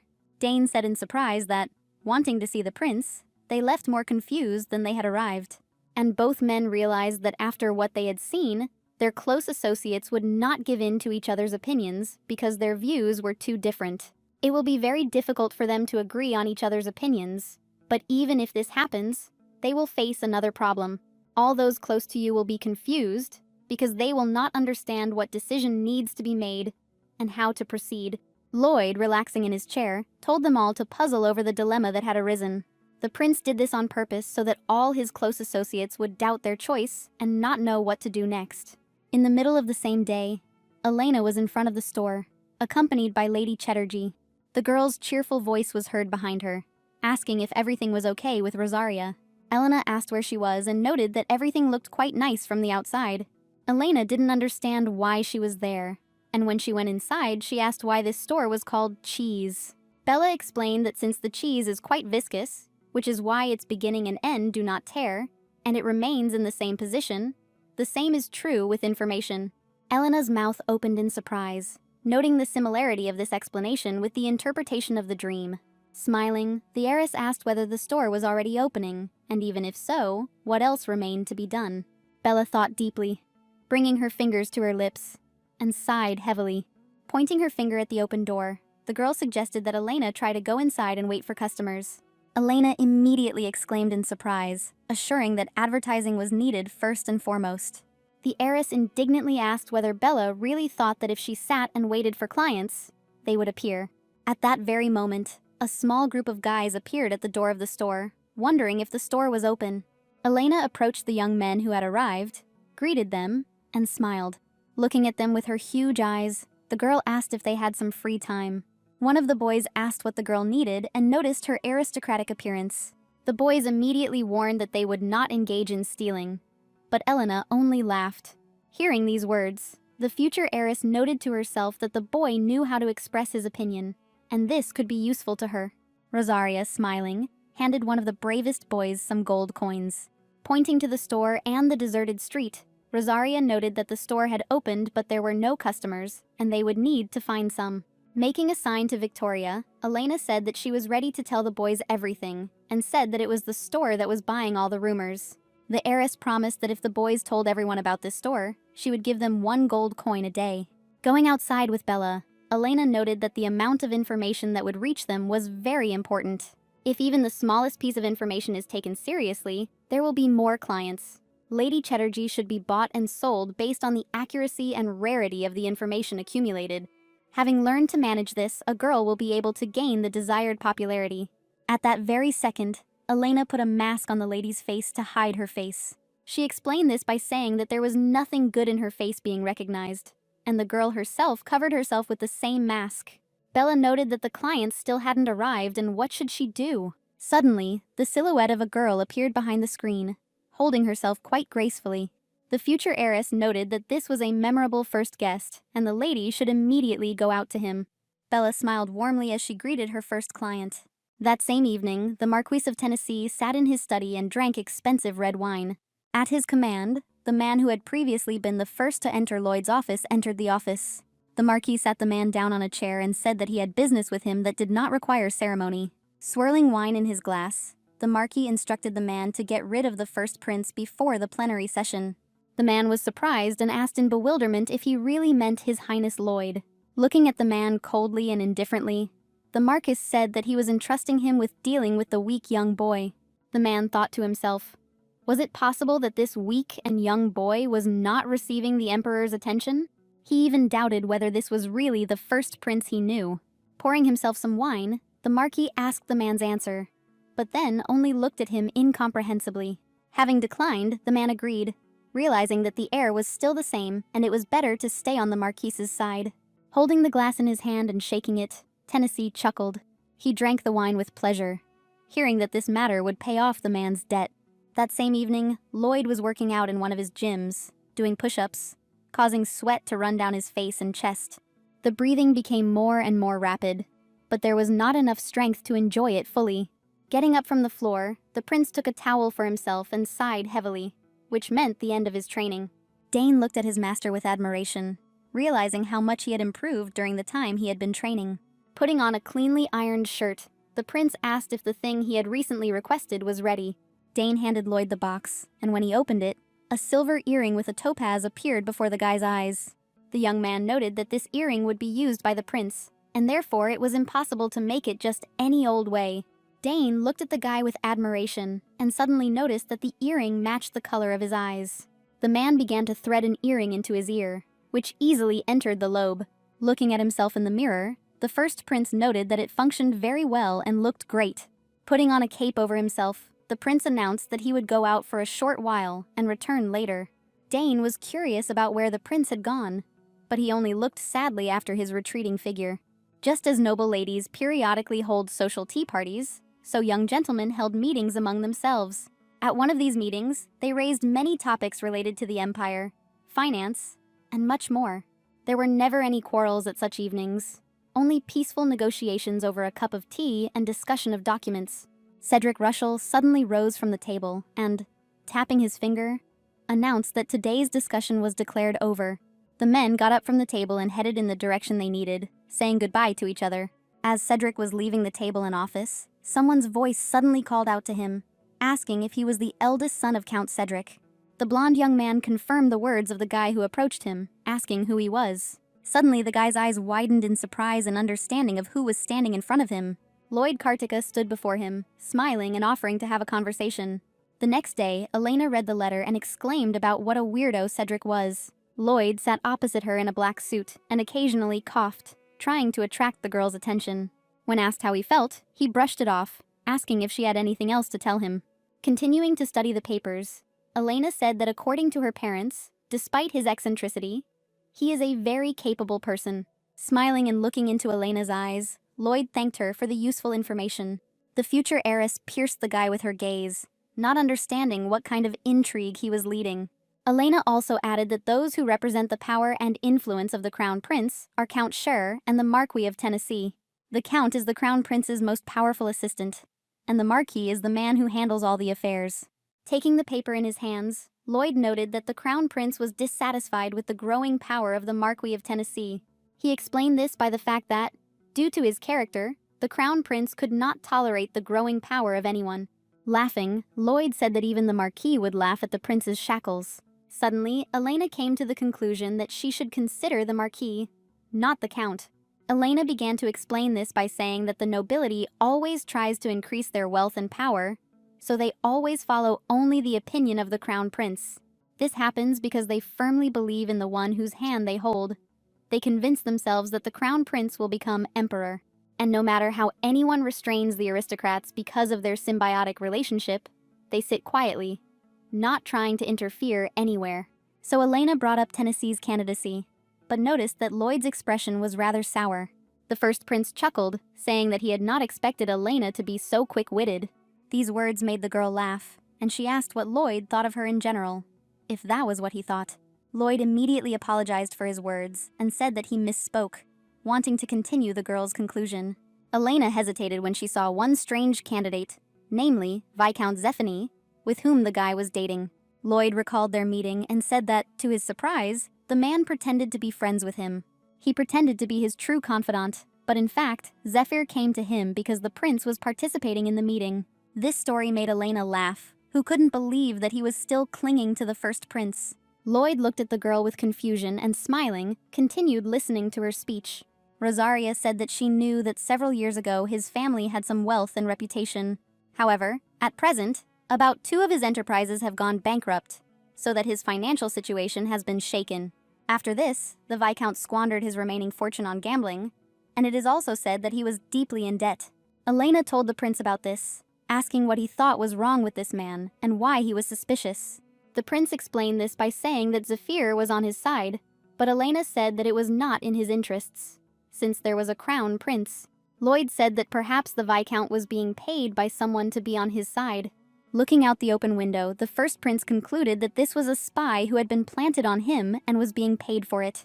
Rolling up his sleeves, Lloyd said he was interested in who was paying him to spy on him. Elena noted that it would be very difficult to find out about this now, and it would be better to start digging in a different direction. Lloyd looked at the girl and asked how to do this and where to start. But Rosaria immediately gave a hint, saying that if the prince had money difficulties, he would ask for a loan and the like. The first prince attached great significance to this and asked the girl to find out more about it. Elena hesitated, but said that she could, understanding where she had to go. After some time, Elena stood on the threshold of Beatrice's huge company. In the huge office, she was met by Rebecca, who was tidying up her papers. Rendor was informed that a guest had come to see her, and the girl happily said to let him in. Elena stood on the threshold in a huge hat, noting that the girls had not seen each other for a long time. Rebecca was very happy to see Rosaria, and her face immediately lit up with a smile at the sight of the lady. Rosaria apologized for coming without an invitation, to which the girl said that Elena was a guest she was always glad to have. Rendor sat the girl down on a chair, saying that this was not the most luxurious office, to which the heiress replied that this was pride, not an office. Rebecca thanked the girl for such words because she was very pleased to hear it. Elena smiled back at the girl, saying that she looked very happy and that it was shining before her eyes. The lady was pleased with these words and joined in, saying that she was getting more interest and pleasure here than before. Rosaria asked if everything was okay with that matter, and the girl nodded, saying that everything was fine and Elena didn't have to worry. Elena's visit alarmed the girl, and she asked what happened if the heiress had come. Rosaria asked if Rebecca knew anything about Viscount Zephyra, and the girl replied that she knew. Elena realized that Rebecca obviously knew, because she answered without even thinking about who it was. The first thing Rebecca wanted to do was show the documents to Elena. Rendor noted that the Viscount's affairs were very bad, and about 3 years ago, the Rendor company entered into an agreement with him. Rebecca said that Zephyr was blacklisted in the area because his debts were only growing. Elena responded to this information quite joyfully, noting that it was amazing. But Rebecca couldn't get her head around the idea that the Viscount had taken such a sum of money in 3 years. He also once borrowed some money but was unable to repay it, which is why the Rendor company was eventually absorbed by the family trading network. Elena listened with interest to all the information about the Viscount, and understood that this vile man could have come to her too. Rebecca shared that he also visited her current company to borrow money, but she turned him down. Elena looked at the checks and did not understand how he had covered the old debts. Had he really paid them while being a spy? Rendor also said that the Viscount mostly brought cash, jewelry, or gold bars. And sometimes there were very expensive decorative items. The phrase about expensive decorative items stuck in Elena's head, and she tried to understand what it meant. But Rendor continued, telling that there were about 6 of these interior decorations, and the man always said that they were a family heirloom. At that very moment, the girl took out one of them, saying that she was keeping it separately, because it was very beautiful. Elena looked at Rebecca in shock, saying that she had already seen this thing. When the lady asked where, Rosaria replied that it was in the first prince's palace. Holding a flower-shaped figurine in her hand, Rendor was clearly upset by this news. Elena looked at the girl, realizing that she was not guilty of anything, but the fact of the theft was obvious. Realizing everything that had happened, she screamed loudly, asking what had happened and how it had happened. A few days ago, Elena was walking down the hallway with Lloyd, heading to his office. Walking past the table, Elena noticed that there was a very cute flower pot there, but the girl immediately switched to the guy, not understanding whether there were changes in him or not. So Elena told this story to Rebecca and concluded that the Viscount had taken advantage of the inattentiveness of the palace guards. Elena told the girl not to worry, because it was not her fault, and she would make sure that she did not receive any punishment. Rebecca was clearly upset by this news and did not understand how the girl would do this. The girls held hands and Elena assured Rebecca to trust her. Putting her hand to her chest, the girl said that it would be better to try to increase the trading company's funds. At that very time, a conversation took place in the library between Lloyd and Russell, where the prince offered the guy to work for him, but he refused. Lloyd said that people's thoughts have the ability to change, and maybe then the young man will change his mind. To this, the guy replied that he would not change his decision, and asked not to distract Lloyd from the guy's work. The first prince smiled, realizing that perhaps the young man would still change his mind. Russell made it clear to the guy that he would not agree to his proposal, but today is already the 3rd time he has come. Aggressively placing the book on his shelf, Russell said that the guy was quite stubborn. Smiling, Lloyd promised that if he worked with him, he would be able to see things that were much grander. Still facing the closet, the boy asked what these things were, and noted that he himself had no desire for material goods. Lloyd tried for a long time to convince the guy of his reliability, but the young man said that he did not want to continue the conversation. The first prince asked the young man again if he was sure of his decision. Lloyd's eyes sparkled and he pressed Russell, asking if he really didn't want to take power from him. And the prince began to approach him, saying that he knew people like this young man. Lloyd came closer and closer, and spoke about how his life was easy because there was nothing that he himself could not achieve.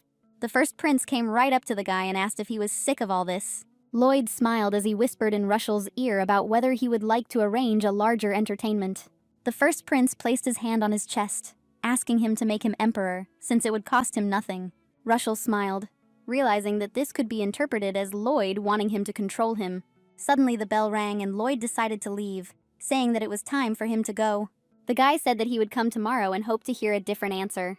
Walking off into the sunset among the crowd of houses, Lloyd, with his hood pulled up, thought about his own things. Walking further and further, suddenly a cart stopped in front of the guy. At that very second, Zephyr came out of it, asking if he really saw Lloyd in front of him. Before Lloyd could say anything, a loud crack suddenly sounded behind him and the guy fell to the ground. Late at night, in the moonlight, the carriage entered the courtyard of the Viscount's palace. One of the confidants carried the boy's lifeless body through the gate to the mansion. But without going far, his body was thrown to the ground, causing it to fall with a loud noise.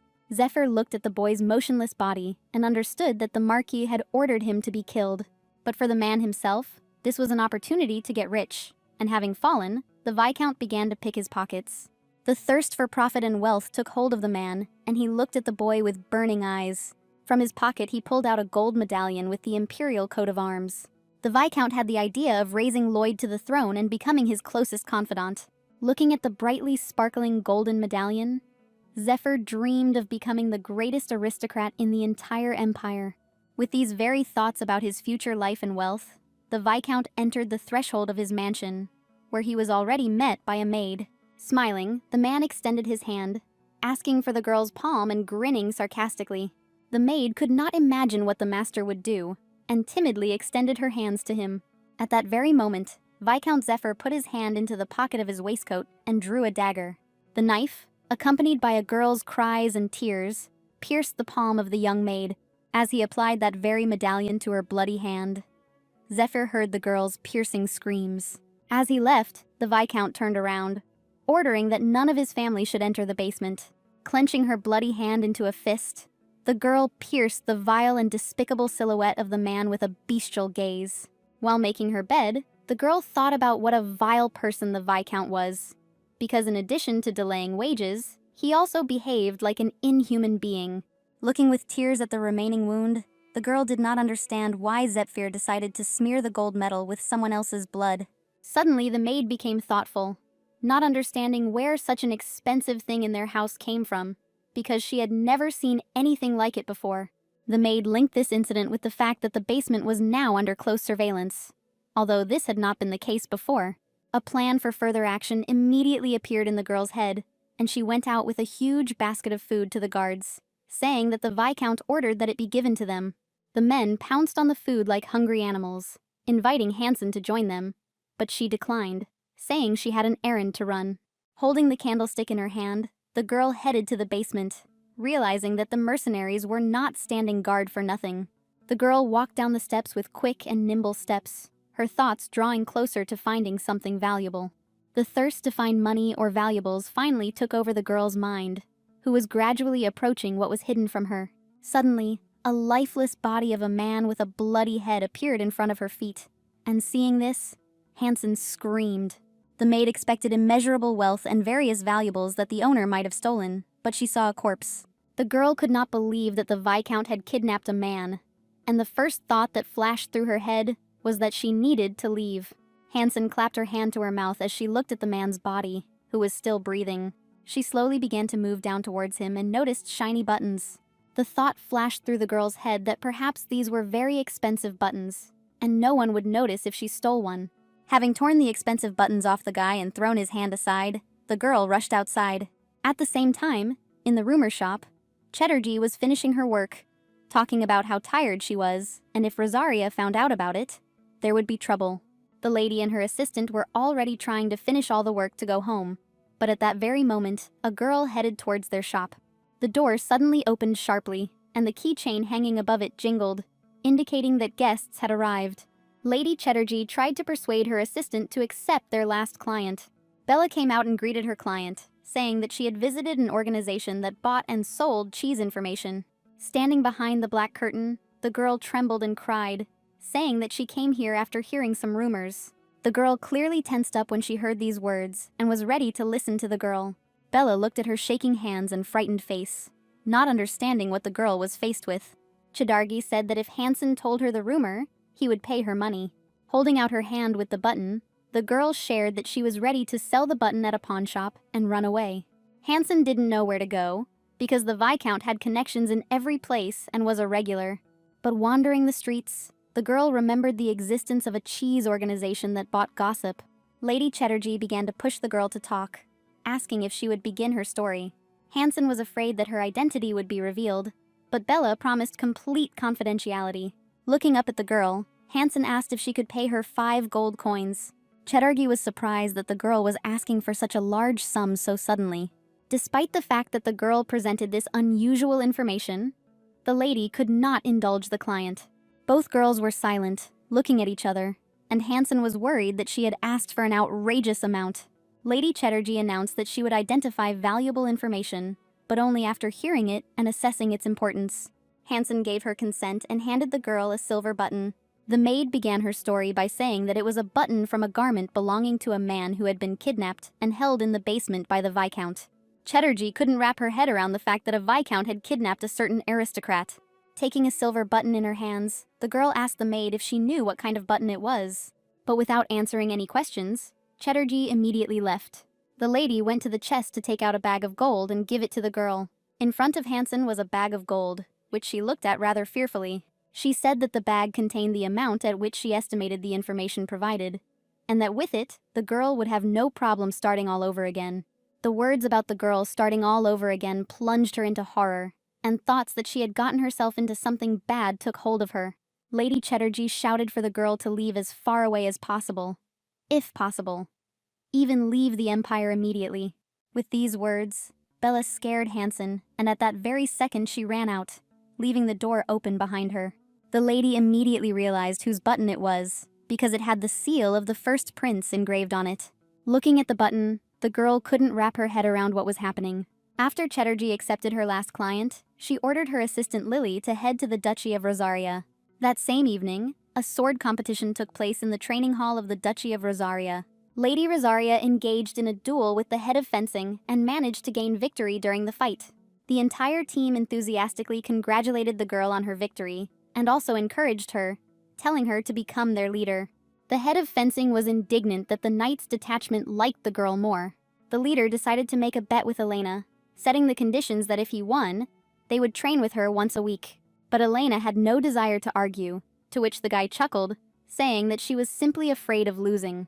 These words clearly encouraged the girl, and she began to fight even more mercilessly than before. Due to the guy's provocation, the girl decided to accept this fight, because she knew that she would win. But at that very moment, a maid burst into the training room, shouting my lady's name and calling her to her. An alarmed Lena quickly descended the steps, approaching Elena. The maid shouted that a very urgent guest had arrived, to which Elena responded calmly, asking what time it was. Elena barely reacted to all the girl's screams and alarmed cries, but only looked questioningly. The future heiress headed towards her palace and saw Lady Chatterjee. Bella apologized for coming uninvited, and at a late hour, but explained that it was a very urgent matter. The first thing the girl decided to do was to hand Elena the first prince's silver button. Elena looked at Lloyd's uniform button with confusion and couldn't utter a word. Bella leaned against the girl's shoulder and whispered that she should not be afraid, and that she herself was thinking that His Highness had been kidnapped. Elena suddenly screamed, asking who dared to do this. Bella answered this question uncertainly, saying that it was presumably Viscount Zephyr. The puzzle in Elena's head came together and she realized that if this was Viscount Zephyr, then perhaps he was a spy. Lady Rosaria clutched the silver button from the first prince's uniform tightly in her hand and called out to Dial. Elena suggested that the man go for a walk with him right now instead of sparring. The man was surprised that Elena invited him for a walk at such a late hour, but the matter did not require delay and a man was needed, so the girl chose Dial. Elena explained this by saying that someone had stolen her thing and she needed to find it. But no one knew that this very case was precisely His Highness the First Prince. After some time, Dial and Elena were in the Viscount's mansion and had already managed to knock out one of the basement guards. Together, they worked together and had great strength and power. Suddenly, Elena asked the guy if he wasn't being too zealous to deal with them. To this, Dial said that if something was stolen from a lady, then it was imperative to teach the thieves a proper lesson.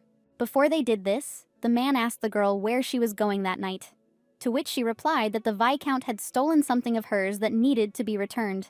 The boy screamed in horror, realizing that this vile man had attempted to steal from Rosaria.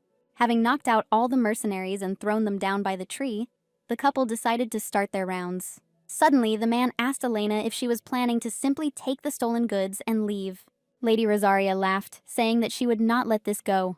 In addition to the fact that the Viscount stole things from the imperial family, he also committed the greatest offense, namely the kidnapping of Lloyd.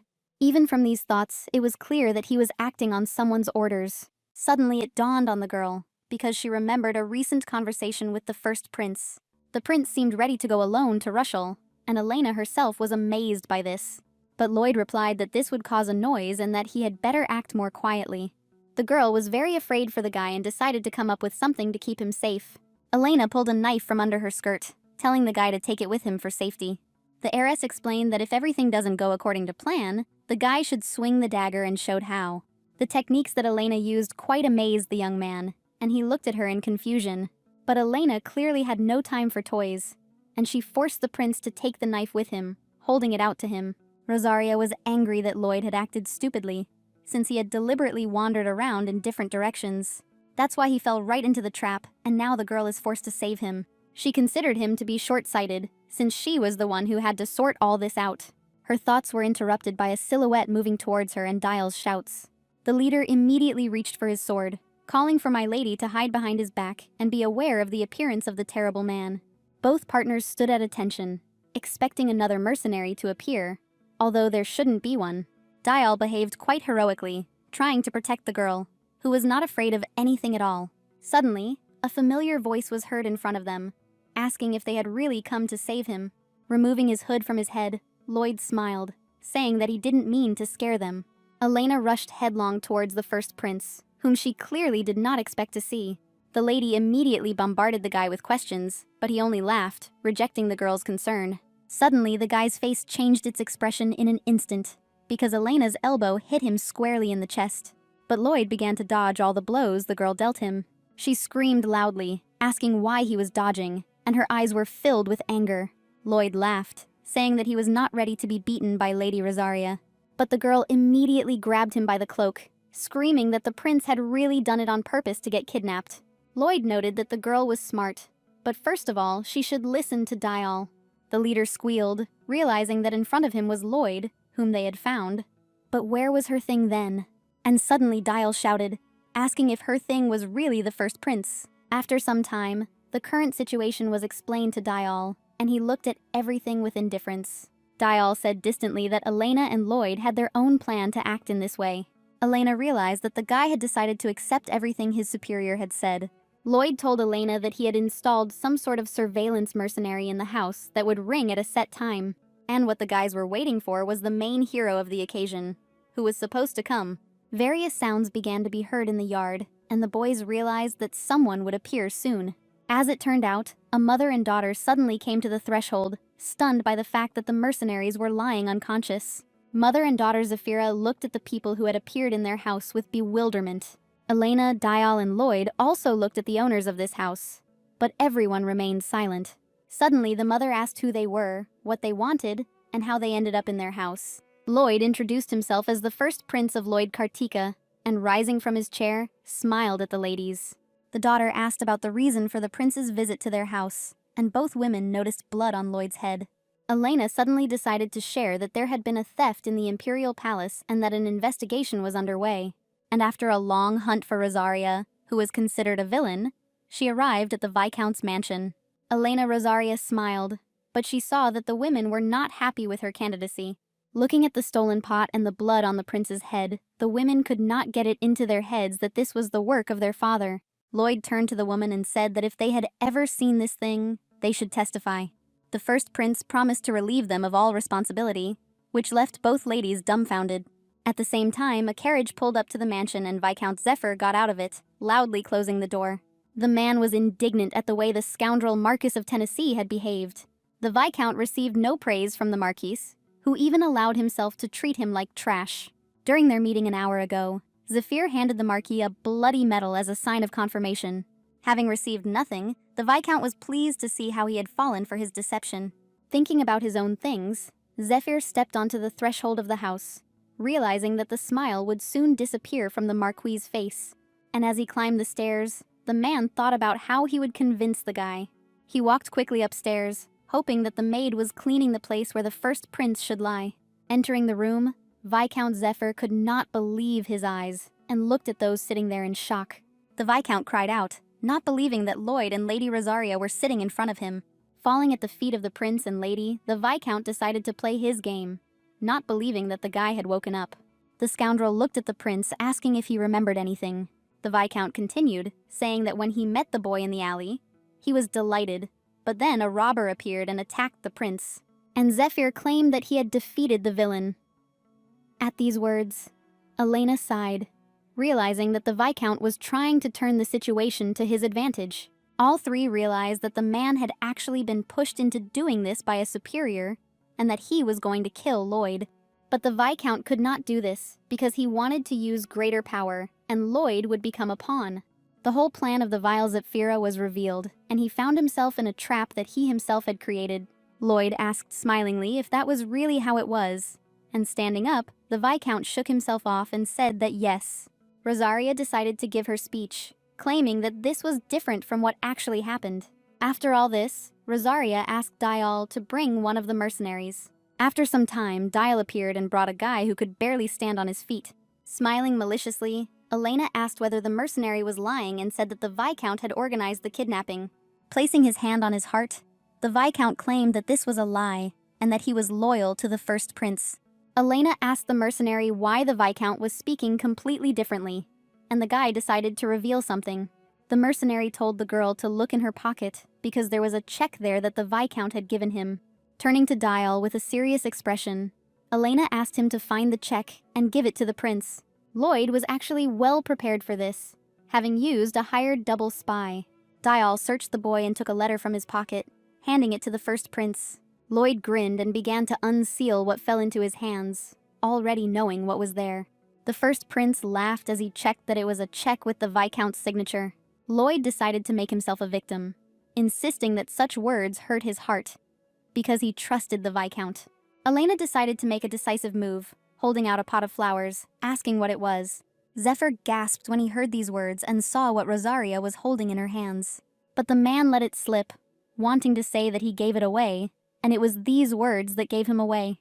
Zephyr did not want to say anything more, because he could say too much. Lloyd looked coldly at the man, saying that Rosaria had walked into the path of the man who was stealing his things. The first prince looked around at everyone proudly, saying that in addition to being a thief, the Viscount wanted to become a murderer. Stuttering and shaking with fear, Zephyr tried to explain everything, but his words meant nothing. Having put everything in its place, Lloyd decided to invite the Viscount's mother and daughter to tell them the truth. Sitting on the floor and folding his hands, the Viscount realized that he was trapped and that it was all over, because his loved ones had abandoned him to his death so that they could survive themselves. In desperation, the Viscount suddenly heard that Lloyd was ready to give him another chance. This amazed Zephyr, and he began to thank the prince, but he forced him to reveal everything. Lloyd wanted to know who was pulling the strings and controlling him. Zephyr suddenly tensed up, asking what the prince was talking about.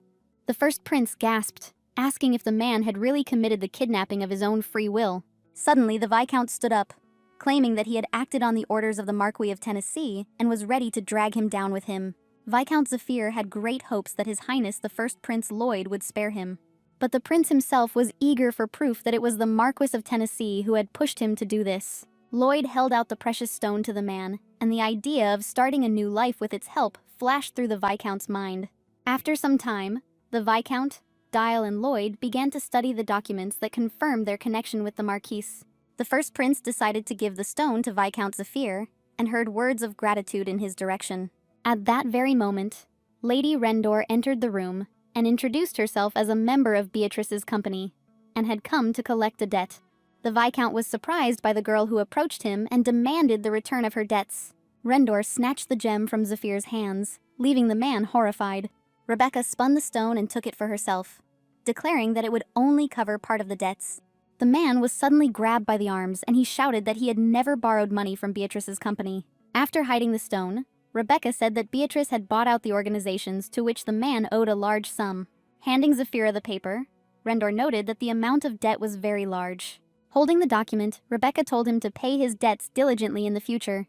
Elena stood opposite, admiring how Lady Rendor had carried out her part of the plan, even though time was running short. After all, they recently had a conversation about financial relations. Rendor tried to figure out in her head how she would be able to repay the debt of the Viscount, who was not paying, and also increase her capital with the help of this. But Elena claimed that the girl would be able to cover all the debts that were in Zephyra's account. It was thanks to Rosaria's confidence and Rebecca's trust that they were able to pull off this plan. As they left, Lloyd and Rosaria left behind the scoundrel Viscount, who was in complete despair. He understood that if things continued like this, his death would come at the hands of the Marquise. On their way to meet Dial, the couple discussed their relationship, and Elena asked the guy to show her more respect. And suddenly, Zephyr looked at Rosaria's face as she walked away and realized that this girl was clearly to blame for all his problems. Taking out and drawing his sword, the Viscount assured himself that it was precisely because of her that he had failed. Suddenly, a deafening scream was heard behind the girl, and she turned around sharply to see what it was. Behind her was the Viscount, flying towards her with a sword to kill her and screaming for her to die. The Viscount's sword was a centimeter from her head, when suddenly an event occurred that she clearly did not expect.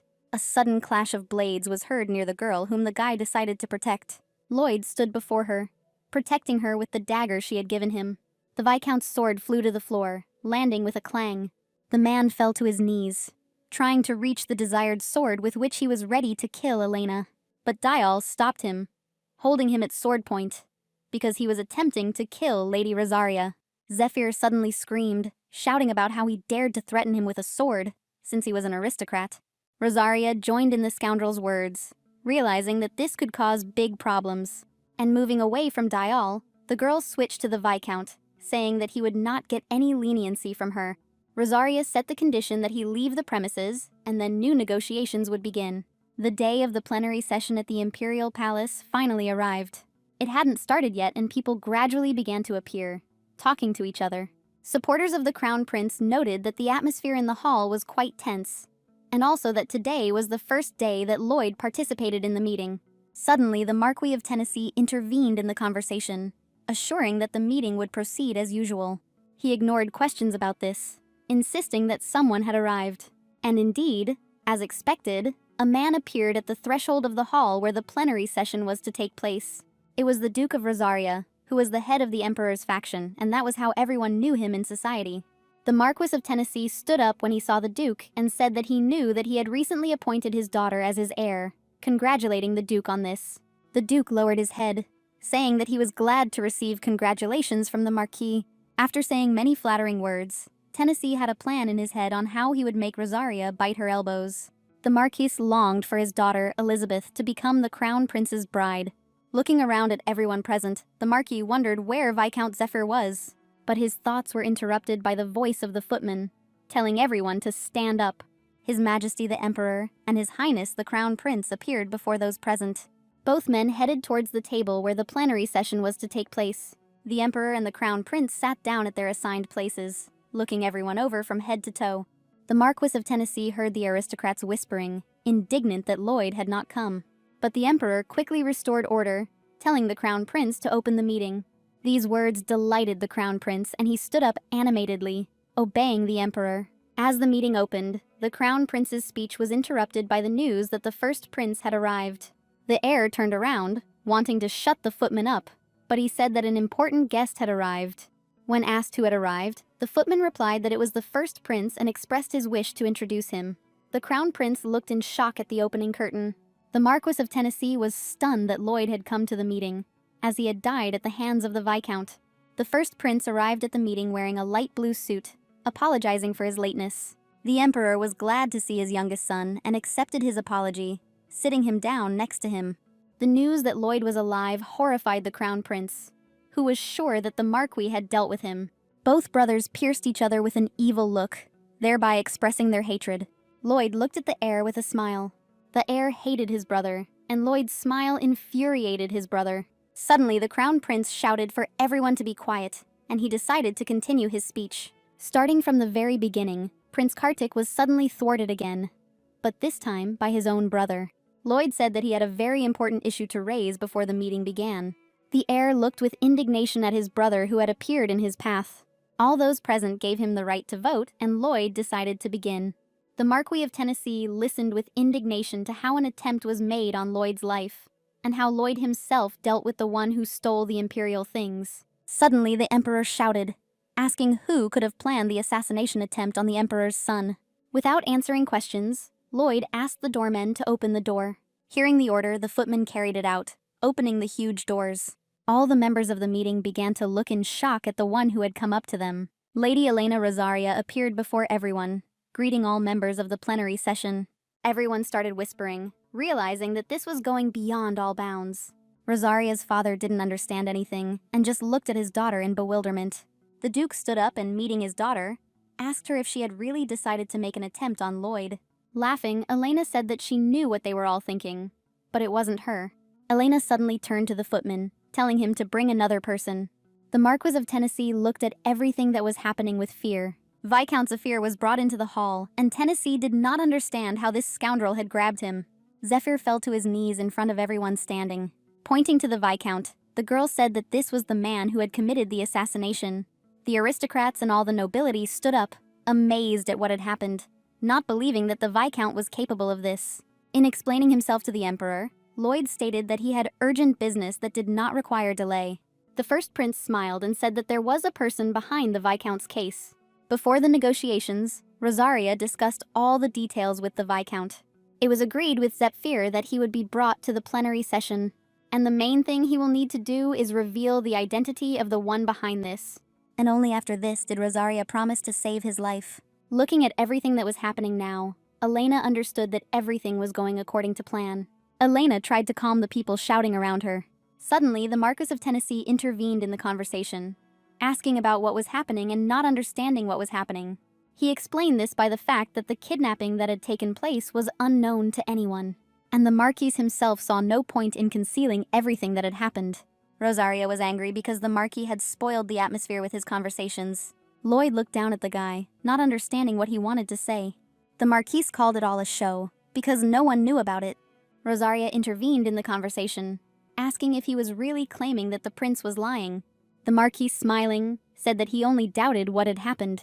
Rosaria looked coldly into the Marquis's insolent eyes, not understanding why the first prince would lie. But Tennessee said that by doing so, the prince would expand his influence. The Viscount perceived all the words spoken by the Marquis as salvation only for himself.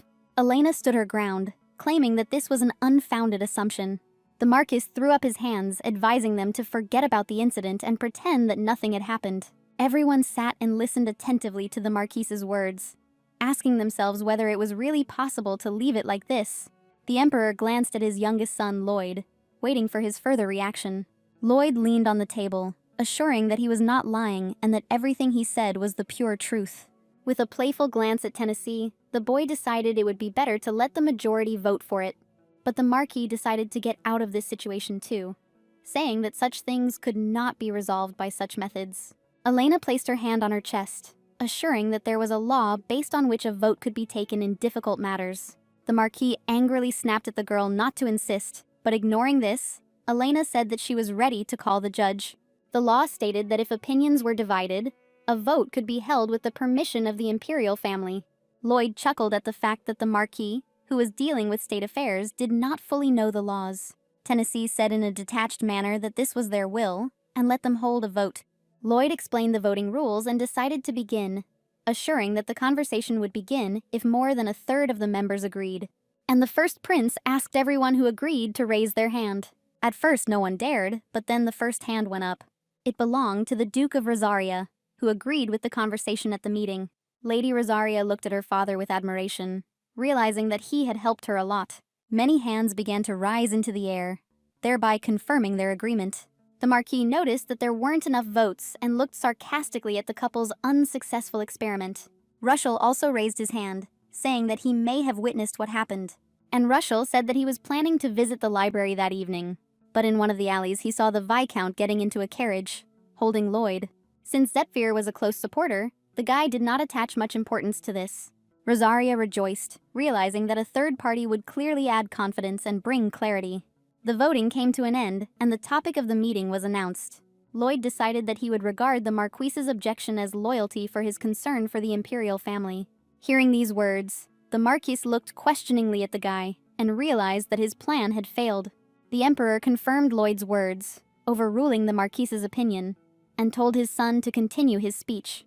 Lloyd approached Viscount Zephyr, asking him to reveal the identity of the man behind him. The Viscount remembered that if he did not reveal his identity, his family would be exterminated, as would he. Lloyd, grinning, asked again who the man was who had pushed him to kidnap him. The Viscount's voice trembled and he stuttered as he tried to say the name. Having announced that it was Tennessee, the footman immediately cut off the scoundrel's head with his sword. The severed head flew to the side, spraying blood across the floor and walls. Everyone screamed, not understanding how the murder had happened before their eyes. Looking at each member, Elena suddenly shouted for everyone to be quiet. Suddenly, Kaizen stood up, saying that despite everything, it was impossible to leave this unresolved, because he had encroached on the family. After this, the Crown Prince announced that the plenary session was closed. As Elena watched the guy leave, she thought that the guy's actions were enough to sow suspicion in the hearts of everyone present. The people still sitting at the table were talking about the possibility that the Crown Prince was involved in the assassination attempt on the first prince. Rosaria was pleased with what had happened, and nothing clouded her. Suddenly, Lady Elena Rosaria caught the Emperor's eye and looked at him. She couldn't understand why he had been following her all this time. Late that night, a conversation took place between the Marquis and the Crown Prince. with Kaizen angrily throwing things at the man. The heir did not understand why the Marquis did not go against the Emperor, promising that he would do so. The Marquis's head was bowed down, and he said that he was truly ashamed of his actions. Kaizen ordered Tennessee to find out information about Elena and also to investigate who is in Lloyd's faction. The Crown Prince wanted to know about Rosaria's relationship with Lloyd. Elena sat in her office, sorting through papers and thinking that Lloyd was currently busy with calls from aristocrats. Rosaria was talking to Rebecca the other day, discussing the financial arrangements she had made since the Viscount's death.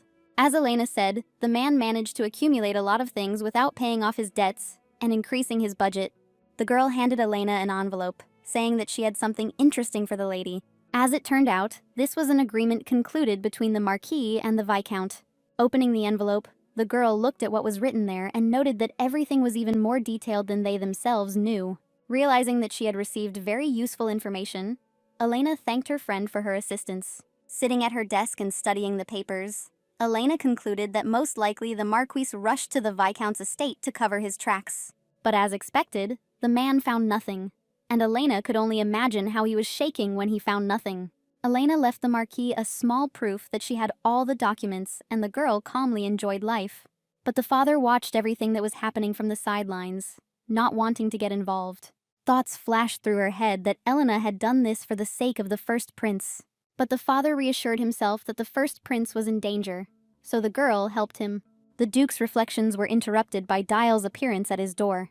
The Duke asked what the boy wanted to tell him, and Dial said that he had a story about Elena.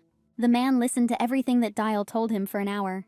In the morning, a joyful and cheerful Elena came out to the table, wishing everyone a good morning. Noting that it was already the middle of summer and getting quite hot, the girl smiled and wiped the sweat off herself. Suddenly, the father asked whether the girl wanted to break off her engagement with the Crown Prince and re-engage with the first one. Hearing these words, Elena choked and was clearly stunned by what her father said. The mother suddenly became worried about her choking daughter and asked if everything was okay. Without paying attention to anything, the girl asked him why he told her this. The father reported that his daughter's behavior seemed strange to him, and Sir Dial told him something. Dial said that Rosaria gave the prince her dagger and he protected her with it. Also, the relationship between them was unusual, as the guy himself and now his father thought. Wiping away the remaining juice, the girl said that this was all a misunderstanding and that it was not true. But the mother, adding fuel to the fire, said that the first prince himself came to the girl to meet. Elena decided to reassure her parents, saying that she understood both parents and their concerns about her. Elena assured them that she was different now and would not disappoint them anymore. These words had a strong impact on the parents, and they looked at their grown-up daughter with embarrassment. The mother clapped her hands, believing her daughter's words and promising that she and her father would always be on her side. Elena smiled when she heard these words and thanked her mother for her support. The mother suggested that her daughter go out on business after lunch, but Elena refused, saying that she had a meeting with the first prince. The mother screamed when she heard these words and asked her daughter again about what had been said, but Elena managed to calm her mother down. After dinner, Lady Rosaria came to the palace to see the emperor. She was angry at everything that was happening to her, and, enraged, she headed towards Lloyd. Suddenly, the girl looked around, looking at the wonderful garden and enjoying its beauty. Her soul became calmer, and all irritation disappeared when she looked at the beautiful sights. Suddenly, the voice of the Crown Prince called out to the girl, and he asked her what she was doing there. Elena turned around and, looking down at the floor, tried to push away the emerging feeling of hatred. Rosaria greeted the Crown Prince kindly. She placed her hand on her chest as a sign of respect and looked down at the floor. The heir reacted coldly to this, not understanding what had happened. After this, Elena said that she had urgent business and needed to take her leave, but Kaizen grabbed her hand sharply, stopping her movement. The prince said that the girl should stop her behavior because everything has limits. Elena looked at the prince with confusion, asking what he meant. Kaizen did not let her go and said that her love for him was rather strange, and it was time to stop showing her character. Rosaria looked at the prince in shock and listened to how he was indignant about her relationship with Lloyd. Elena asked him point blank if he thought she was talking to Lloyd to irritate him. Kaizen couldn't explain it any other way, because why would she bother with Lloyd? Tearing her hand away from his, Rosaria said that the first prince was much better than him. Their conversation resembled a scene of jealousy staged by the Crown Prince. Hearing these words, Kaizen looked angrily at the girl, ordering her to repeat the words. And Elena repeated, saying that Lloyd is better than Kaizen in everything. In talent, in character, and in appearance. Suddenly, Lloyd, who was waiting for Elena, appeared in front of the Crown Prince and Rosaria. The first prince asked the couple what was going on there. Elena stretched out her hand, deciding that she had a plan for revenge. She took Lloyd's arm, saying that they loved each other. This news shocked the Crown Prince, and he glared angrily at the couple standing in front of him. Rosaria herself understood how the guy was going crazy with anger, and unable to bear it, the Crown Prince asked how she dared to behave like that when she had a fiancé. But Elena quickly put Kaizen in his place, saying that it was better not to talk to him about loyalty. After all, he wasn't embarrassed in front of his girlfriend and slept with others in front of her. Kaizen argued that men and women are different, and it is impossible to look at them from the same angle. Elena was irritated, listening to these speeches, saying that men and women are the same, and the head, and the body, and the structure of the internal organs. Suddenly she spoke up, saying that the only difference was that they had something that she didn't have. Lloyd was confused and embarrassed, and Kaizen blushed when he heard these words. Suddenly, the first prince turned his attention to Lloyd, who was standing opposite him. Kaizen said that this conversation was clearly not for third parties, and that he should leave, but the prince refused, protecting Elena, whom the prince was trying to touch. Lloyd called Elena his beloved, which made the guy very angry, and he came to life, driving Lloyd away. The first prince pulled Elena towards him by the waist, saying that Kaizen was clearly out of place here. And a second later, Lloyd touched Elena's forehead with his wet lips. Looking proudly at his brother, Lloyd asked if it had become clear to him that he was superfluous. There was a pause between the young people, which was not broken by anything. Suddenly, the offended Kaizen decided to leave, saying that all this would not last long. The couple watched the departing crown prince, whose heartstrings they had clearly touched. Lloyd asked the flushed Elena what had happened. The girl hung her head, not understanding what had happened and trying to comprehend everything. Elena was ready to run away from the imperial court, realizing that she had dug herself a hole. The next day, Elena was already in her office, sitting at her desk. She fell headfirst into an open book, and her hair flew in all directions. Elena fell into deep thought, losing heart and not wanting to fight any longer. She remembered that day and remembered how she ran away from Lloyd, who was demanding the truth. Looking between the lines, the girl already knew that the entire empire and her parents knew about it. Pulling herself together, Rosaria told herself that it would be better for her to explain herself to the first prince. Suddenly, Lena entered the office, saying that the girl had a guest. The girl replied that she did not want to see anyone because she was feeling unwell. But Lloyd himself entered the office, not expecting an answer and not wanting to go anywhere. Lloyd said that he missed his beloved very much, and unable to bear it, he came to her. Elena opened her mouth in surprise, not understanding how he came to her himself. Lena moved out of the room, saying that she would give them time to talk calmly. The couple were left alone and began to look sternly into each other's eyes. Lloyd continued to demand an explanation from the girl about what had actually happened that day. Elena decided to answer that this happened due to circumstances and, based on the agreement, she could not talk about her plans. Rosaria also noted that Lloyd himself acted without informing her about it. The first prince agreed with her words and decided to let the situation go. Lloyd decided to talk about the plenary session, as many aristocrats began to contact him. Because of this, his influence has grown, which is very helpful in the fight against the crown prince. Lloyd informed Elena that the emperor had assigned servants to him. Elena asked if these were good results for the prince. Elena also asked about the aristocrat who helped them, and Lloyd explained that it was that same Russell. The first prince called him a man, the embodiment of talent and ability. Elena turned to the prince, asking him if he had finished. But Lloyd replied that no, because the emperor was interested in their relationship. Elena was afraid of what would happen next, because knowing the emperor, she understood that he would not leave her alone. Elena suddenly asked the prince how everything went, and Lloyd decided to tell about how the night of the fight for love took place. The emperor called both his sons to him and asked why they had caused such a disturbance within the palace walls. Kaizen replied that this was clearly not something his father needed to worry about. The crown prince promised that he would sort everything out himself, and that this was a common thing. The emperor approached Lloyd, asking his opinion on the situation, and the first prince asked his father to break off his elder brother's engagement to Lady Rosaria. This was precisely the intention that Lloyd expressed, and received an interesting reaction from both the emperor and Kaizen.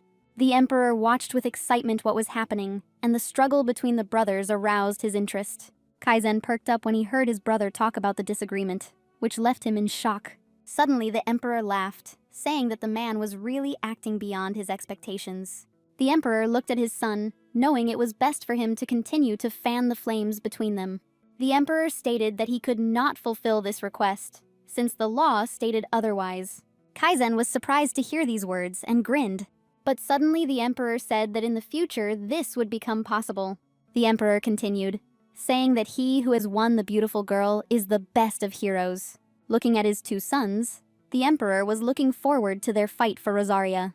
The emperor finished his speech by saying that it was time to go, and Lloyd took his leave. But Kaizen suddenly turned to his father, deciding to say something before Lloyd left. The emperor became interested and asked his son what he wanted. Kaizen glared at his brother and said that he would hold a hunting festival. The emperor looked at both his sons, seeing their slithering hatred, and decided to allow the festival. When telling Rosaria about this, the first prince noted that his father was not in a bad mood. Suddenly, Elena, making a surprised face, asked the young man what kind of event this was. Trying to remember the rest of the novel's plot, Rosaria realized that this was where Rosetta would first appear. Her thoughts flashed back to moments when Rosetta walked through the snow-covered forest, through snowdrifts. At that very moment, a sharp arrow pierced her shoulder and blood splashed onto the snow. Rosetta fell, feeling weakness in her legs and a burning pain in her shoulder area. She was discovered by Kaizen, who shot at her, mistaking Rosetta for a mountain beast. The guy hugged the girl, who was bleeding, and tears were rolling down her cheeks. Recalling fragments from the novel, Elena did not understand why the hunting festival had to take place now. Shaking and screaming, Rosaria asked Lloyd why now. She clutched her head, insisting that the festival should have taken place in winter, and not now, because in the novel it was different. Without stopping, Rosaria told about how after the festival the main character will appear, because of which Kaizen will fall in love, and after that, Elena will die. Elena still hadn't been able to break off her engagement to the crown prince, and Rosetta's appearance would only hasten her death. Lloyd stood up, saying that the girl needed to be impartial, but Elena suddenly responded boldly that it was much easier for Lloyd, since it wasn't his life that was in danger. Lloyd decided to object, insisting that the main character should appear at the festival, which will take place in winter. And if it's a different time of year now, then the condition is not met, and Rosetta will not appear. The guy also assured the heiress that she should die at the hands of Lloyd for bullying the girl. But since Elena has no intention of harming her, the crown prince has no reason to hate her. Elena agreed, but began to notice how the plot of the novel was changing. Taking Rosaria by the hand, the first prince began to calm the girl, saying that if something happened, she could turn to him for help. Distracted from negative thoughts, the couple focused on the main goal, attracting the attention of the emperor. Smiling, Elena said that first they needed to show everyone that they had become even closer. Rosaria suggested to Lloyd that she visit his palace once a week, but the guy didn't agree, insisting that more frequent meetings were needed. And from the very day that Elena suggested this to Lloyd, the girl began to visit the palace of the first prince much more often.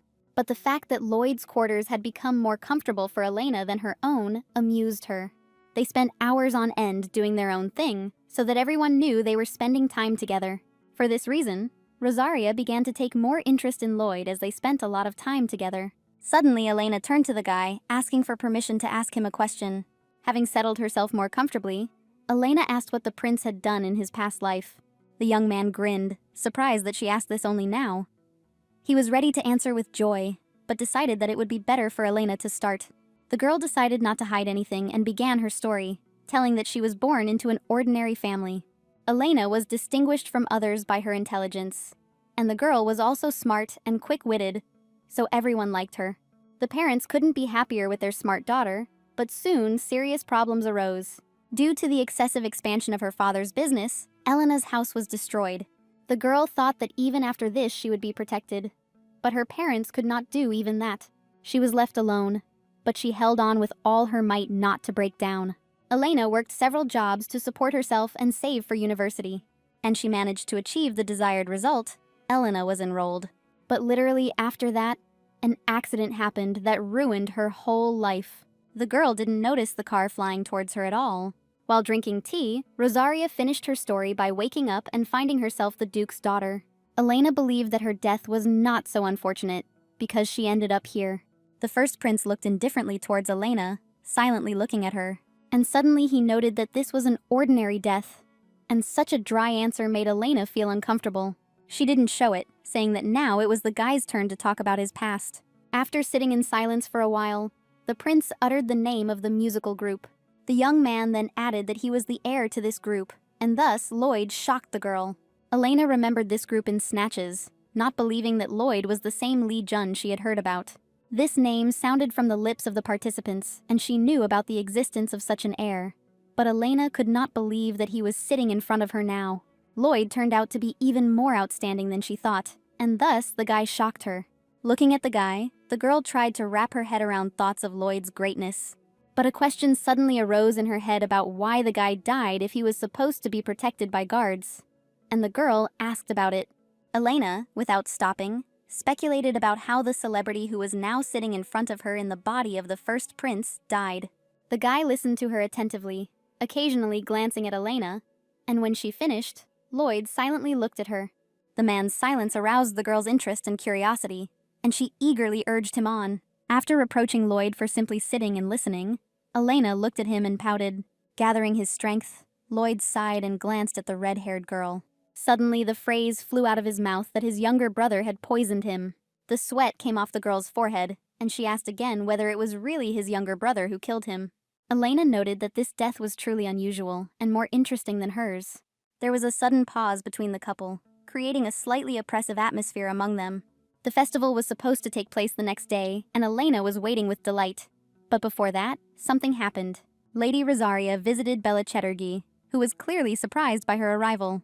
The girl's worried gaze looked around, and she spoke indistinctly about the promise she had broken. The thing was that Lady Chadarga's family found out that she was running an information guild. Elena calmed the girl, who was very upset that she had not kept her promise. Thus, Elena was informed about minor problems that would later be resolved. In addition, Elena had an important meeting with Rebecca Rendor. Rebecca, on her own initiative, arrived early in the morning at the Rosary Palace. The first thing that caught the eye of the stunned Elena Rosaria was the face of Lady Rendor. A slight redness and thin abrasions covered the girl's face, and she reported some urgent matter. The girl got a contract to trade tomatoes, and her father also found out who was behind Beatrice's company. Rebecca herself told him about this, which left the man shocked and irritated. But Rendor told him with a smile that she was the owner of Beatrice's company. After these words, a harsh slap flew across the girl's face. Rebecca fell from the powerful blow, and only her mother, who approached her, was able to stop her angry father. While narrating the whole situation, Rendor hugged Rosaria, assuring her that everything was okay now. The news that the tomatoes were now hers could not help but make her happy. But Elena was worried that the Count would kick his daughter out of the house, to which Rendor responded calmly, as if this would not happen. Having moved away from this conversation, Elena put on her formal dress and decided to go out. Opening the curtain, Elena saw Lady Chatterjee, Rendor, and Mabel. They were really looking forward to Rosaria, and there was a sincere smile on the faces of all three girls. Sitting down at a small round table, the girls began to get comfortable to begin a conversation. The girls standing behind were surprised by their union, and noted that they knew about the changes in the Rosary. But had things really reached this level? Continuing the discussion, one of the girls noted that they went well together and began to explain why. Rosaria is the heiress of a powerful family, but after the imperial family. Rendor is the manager of Beatrice's company and has good abilities. And also Lady Ern and Chatterjee, who are all praised for their intelligence and quick wits. All four of them made a great company, because they were a united force. Suddenly, the gossips gasped, seeing before them the first prince who decided to visit Rosaria. Lloyd took Elena by the hand and talked to her about important topics, while the girls discussed it behind their backs. They looked at Elena with indignation and concluded that Rosaria was increasing her influence for the sake of the first prince. The girls noted that, although they had started out as a performance to infuriate the crown prince, the couple had truly fallen in love with each other. By becoming the heir and taking this place, Elena will be able to support Lloyd, and his chances of becoming emperor will increase. That is why such a relationship occurs between them. But in addition to this, a veil of love hangs over the couple. Covering her mouth with a fan, one of the gossips said that someone's husband asked her to take care of one thing, and she stood up. Suddenly, all the girls began to quickly get ready, citing important matters. Soon the table was empty, but only at Lady Rosaria's table did love and Adel reign. They played to the public as a beautiful couple who were worried about each other's well-being. The girls looked at the couple with admiration, but only Lady Ern looked away, a little embarrassed. Just 2 weeks ago, the couple were discussing how they would use this chance to show everyone what kind of relationship they were in. Lloyd was interested in how this would manifest itself and how one should behave. The Lady of the Rosary spoke enthusiastically about how, since there would be many people, they should portray their love as the brightest and most ardent feeling. The first prince suggested that they practice so as not to screw up on the day of the festival, and Elena agreed. The first thing they decided to try was to look at each other as lovers. The couple was not against this practice and joined the acting with passion and interest. But Elena's look did not satisfy the guy, and he asked the girl about how she looked at her beloved man. The girl asked the guy if she wasn't looking at him lovingly enough, but Lloyd held a mirror up to the girl and said that her gaze expressed a desire to kill someone. Elena justified all this by the lack of a relationship and the inability to express feelings. Pointing to her eyes and making a cute face, the girl asked the prince if it looked like a loving look. But looking at the cute girl, the guy laughed and their rehearsal continued. So, while handing over the handkerchief to Lloyd at the festival, the girl spoke of how she prayed for the prince's peace. And seeing the joyful expression on Lloyd's face, Elena smiled and laughed.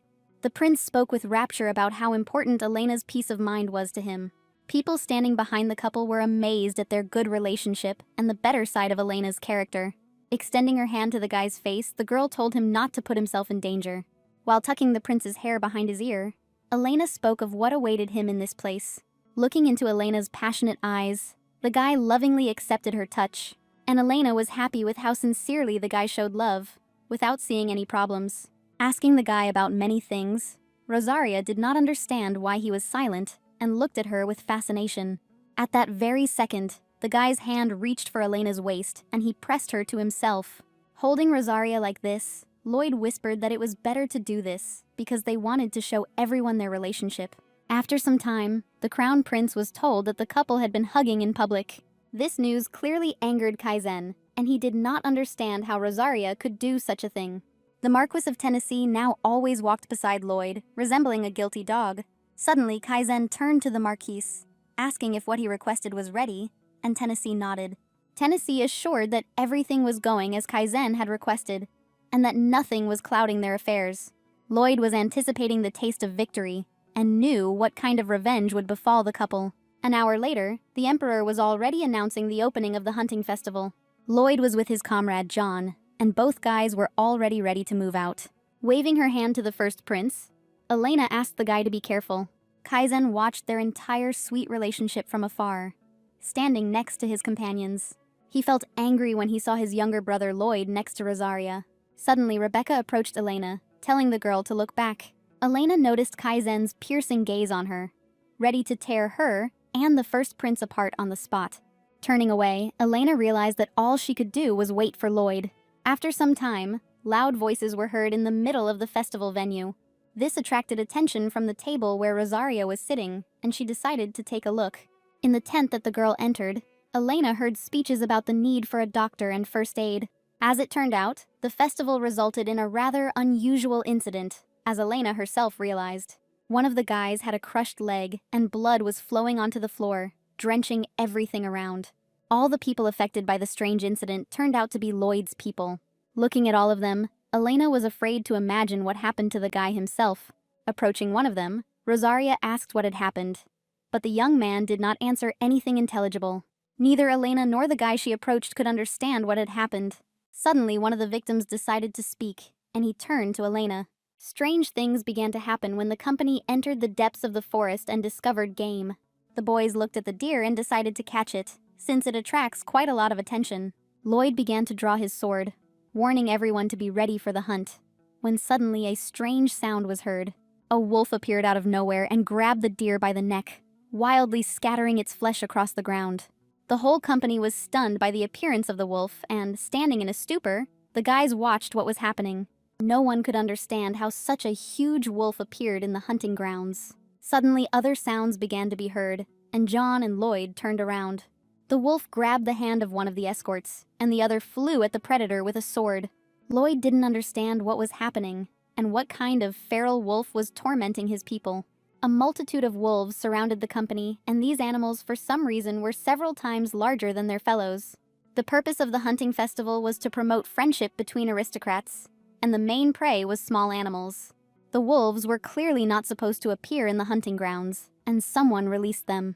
John was ready to fight the wolves to protect Lloyd, but the prince decided that he would rather be used as bait. Ordering his escorts to carry the wounded beyond the forest, Lloyd went against the pack of predators. The wolves were larger than people and apparently very hungry. Suddenly, Lloyd rushed back, luring the entire flock with him. An inexhaustible adrenaline rush took hold of the guy and he ran at full speed, not afraid of being killed. He knew the wolves were part of Kaizen's plan, and he had been holding himself back all day to keep from breaking down. A tree appeared in Lloyd's path, and a plan immediately came to mind to make the wolves hit their heads on the trunk. And so it happened. Having lost sight of the guy, the pack could not stop, and the wolves took turns hitting the tree and themselves. Suddenly, Lloyd heard his name being called and a wolf was right next to his ear, ready to devour him. But Jaeon heroically stabbed the wolf in defense of his master.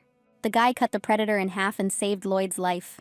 The first prince was pleased that Jaeon had killed the wolf at the cost of his own life. Suddenly, 3 wolves rushed headlong towards their dismembered brother, eating his remains. Jaeon was surprised by this, because wolves were always known for their care for their brothers. But apparently, they were deliberately starved to death. Lloyd chuckled, assuring him that this pack was prepared for him. The first prince asked Jaeon how long it would take to deal with the wolves. Hearing that it was until sunset, Lloyd knew he had plenty of time.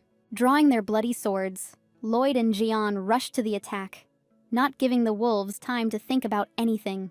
And the couple rushed headlong at the flock. But what happened next, no one knew. The boy told the girl this story, finishing the thought by saying that the wolves chased after Lloyd. Without thinking twice, Elena decided to act and rushed after the horse. The guy tried to stop the persistent girl, but she only brazenly cut him off so that he would get out of her way. She was ready to protect Lloyd at the cost of her life and save him from imminent danger. The guy sweated and asked again what the girl had said. But Elena no longer heard anyone and rushed at full speed to save the prince. The horse galloped at full speed, and the girl thought about how to make it in time. Having stopped the horse, Elena saw bloody swords under its hooves. She immediately realized that she was on the right track. And remembering the guy's words, the girl realized that Lloyd had gone into the thicket of the forest. Suddenly, the girl jumped off the horse, deciding to leave it there for now. As she began to tear the frills off her dress with a knife, Elena lamented that Lloyd was in danger. Tying rags around her shoes to make it easier to run, the girl stood up. She remembered everything that the head of fencing had taught her, saying that everything would be needed, and the time would come when she would use his methods. He insisted that anything could happen, and no one was immune from it. Using all the methods she knew now, Elena smiled at the turn of fate. Rosaria noted that in this situation, and in the situation with the Viscount, she was ready to sacrifice her life. Although, according to the agreement, she could simply observe everything. As Elena raised her sword, she realized that her impulsiveness only came to the fore when Lloyd was in danger. Elena headed into the forest, holding a sword in her hand, and ready to defend herself at any second. The girl went deeper and deeper into the forest, but found nothing. The sun's rays shone straight into the girl's eyes, and looking around, Elena noticed something. In the middle of the lawn stood a temple, which immediately caught her attention. The girl headed towards him, remembering that she had seen him in pictures in his vulgar life. Looking at the statue, Elena wondered if it was erected to pray to this man. The fact that there is no god or religion in the world of the novel attracted the girl. She did not understand how one could encounter traces of God in a place where he does not exist. Suddenly, there was a noise and an animal roar behind her. Turning around, Elena saw a wolf approaching her, baring its teeth at her. Swinging her sword, the girl understood that if she did not kill him, Lloyd would be in mortal danger. Pointing her sword at the wolf that had leapt forward, Elena screamed loudly. She plunged the sword into the wolf's chest, cutting it, and later the sword plunged into its mouth. It took a lot of effort for the girl, and she began to drive the sword into his tight throat. The wolf fell to the ground and his head flew off in the other direction. At the same time, in Lloyd's company, there was a conversation about where these wolves lived. Lloyd himself also noted that the wolves were released by his own hands. This was clear to both the first prince and all his close associates. All those accompanying him were extremely exhausted and felt unwell. Lloyd suddenly asked Jaeon if he thought there were any wolves left, other than the ones they had dealt with, and he answered in the affirmative. Wolves have a habit of forming packs, so there are many more of them. The excitement took over Lloyd completely, and he readily decided to continue the work he had started. Suddenly, rather frightening sounds were heard behind them. The whole company quickly rushed forward towards the sounds. But stopping near the bushes, Lloyd fell silent, listening. Suddenly, he saw something that plunged him into wild horror. A picture of Rosaria killing wolves alone opened before his eyes. Lloyd called out to the girl who had thrown the dead carcass of the predator to the ground. Hearing her name being called, Elena Rosaria saw the prince and his entourage. She looked questioningly at the guy and began to pull out a dagger, which turned out to be covered in blood. Elena was glad that the prince was alive and the heiress rushed to him. The guy called it recklessness and scolded Rosaria, but she couldn't understand why he was behaving like that. Elena noticed the serious concern for herself in his eyes and went limp. The people who accompanied the guy looked questioningly at the picture that appeared before them. Rosaria began to reassure the guy that she was okay and that the blood on her was wolf's. Since Elena's dress was too inappropriate and embarrassing, Rosaria borrowed Lloyd's cloak. The girl said that she killed 2 wolves on her way, and also noticed a large one, but missed it. The people accompanying the guy admired the girl and her abilities. Suddenly, Lloyd asked Elena why she went into the forest and fought with the wolf. To this, Elena objected that upon hearing the news of the attack, she immediately ran to save the prince. By calling Elena his princess, Lloyd understood how reckless she was. Lloyd suggested killing the biggest wolf and then returning to base. Jeon advised shooting and attracting the attention of the wolves, since their number was unknown. While talking about knowing the direction of the wolves, Elena suddenly fell silent, because her speech was interrupted by Lloyd's stern voice, saying that she would leave this place.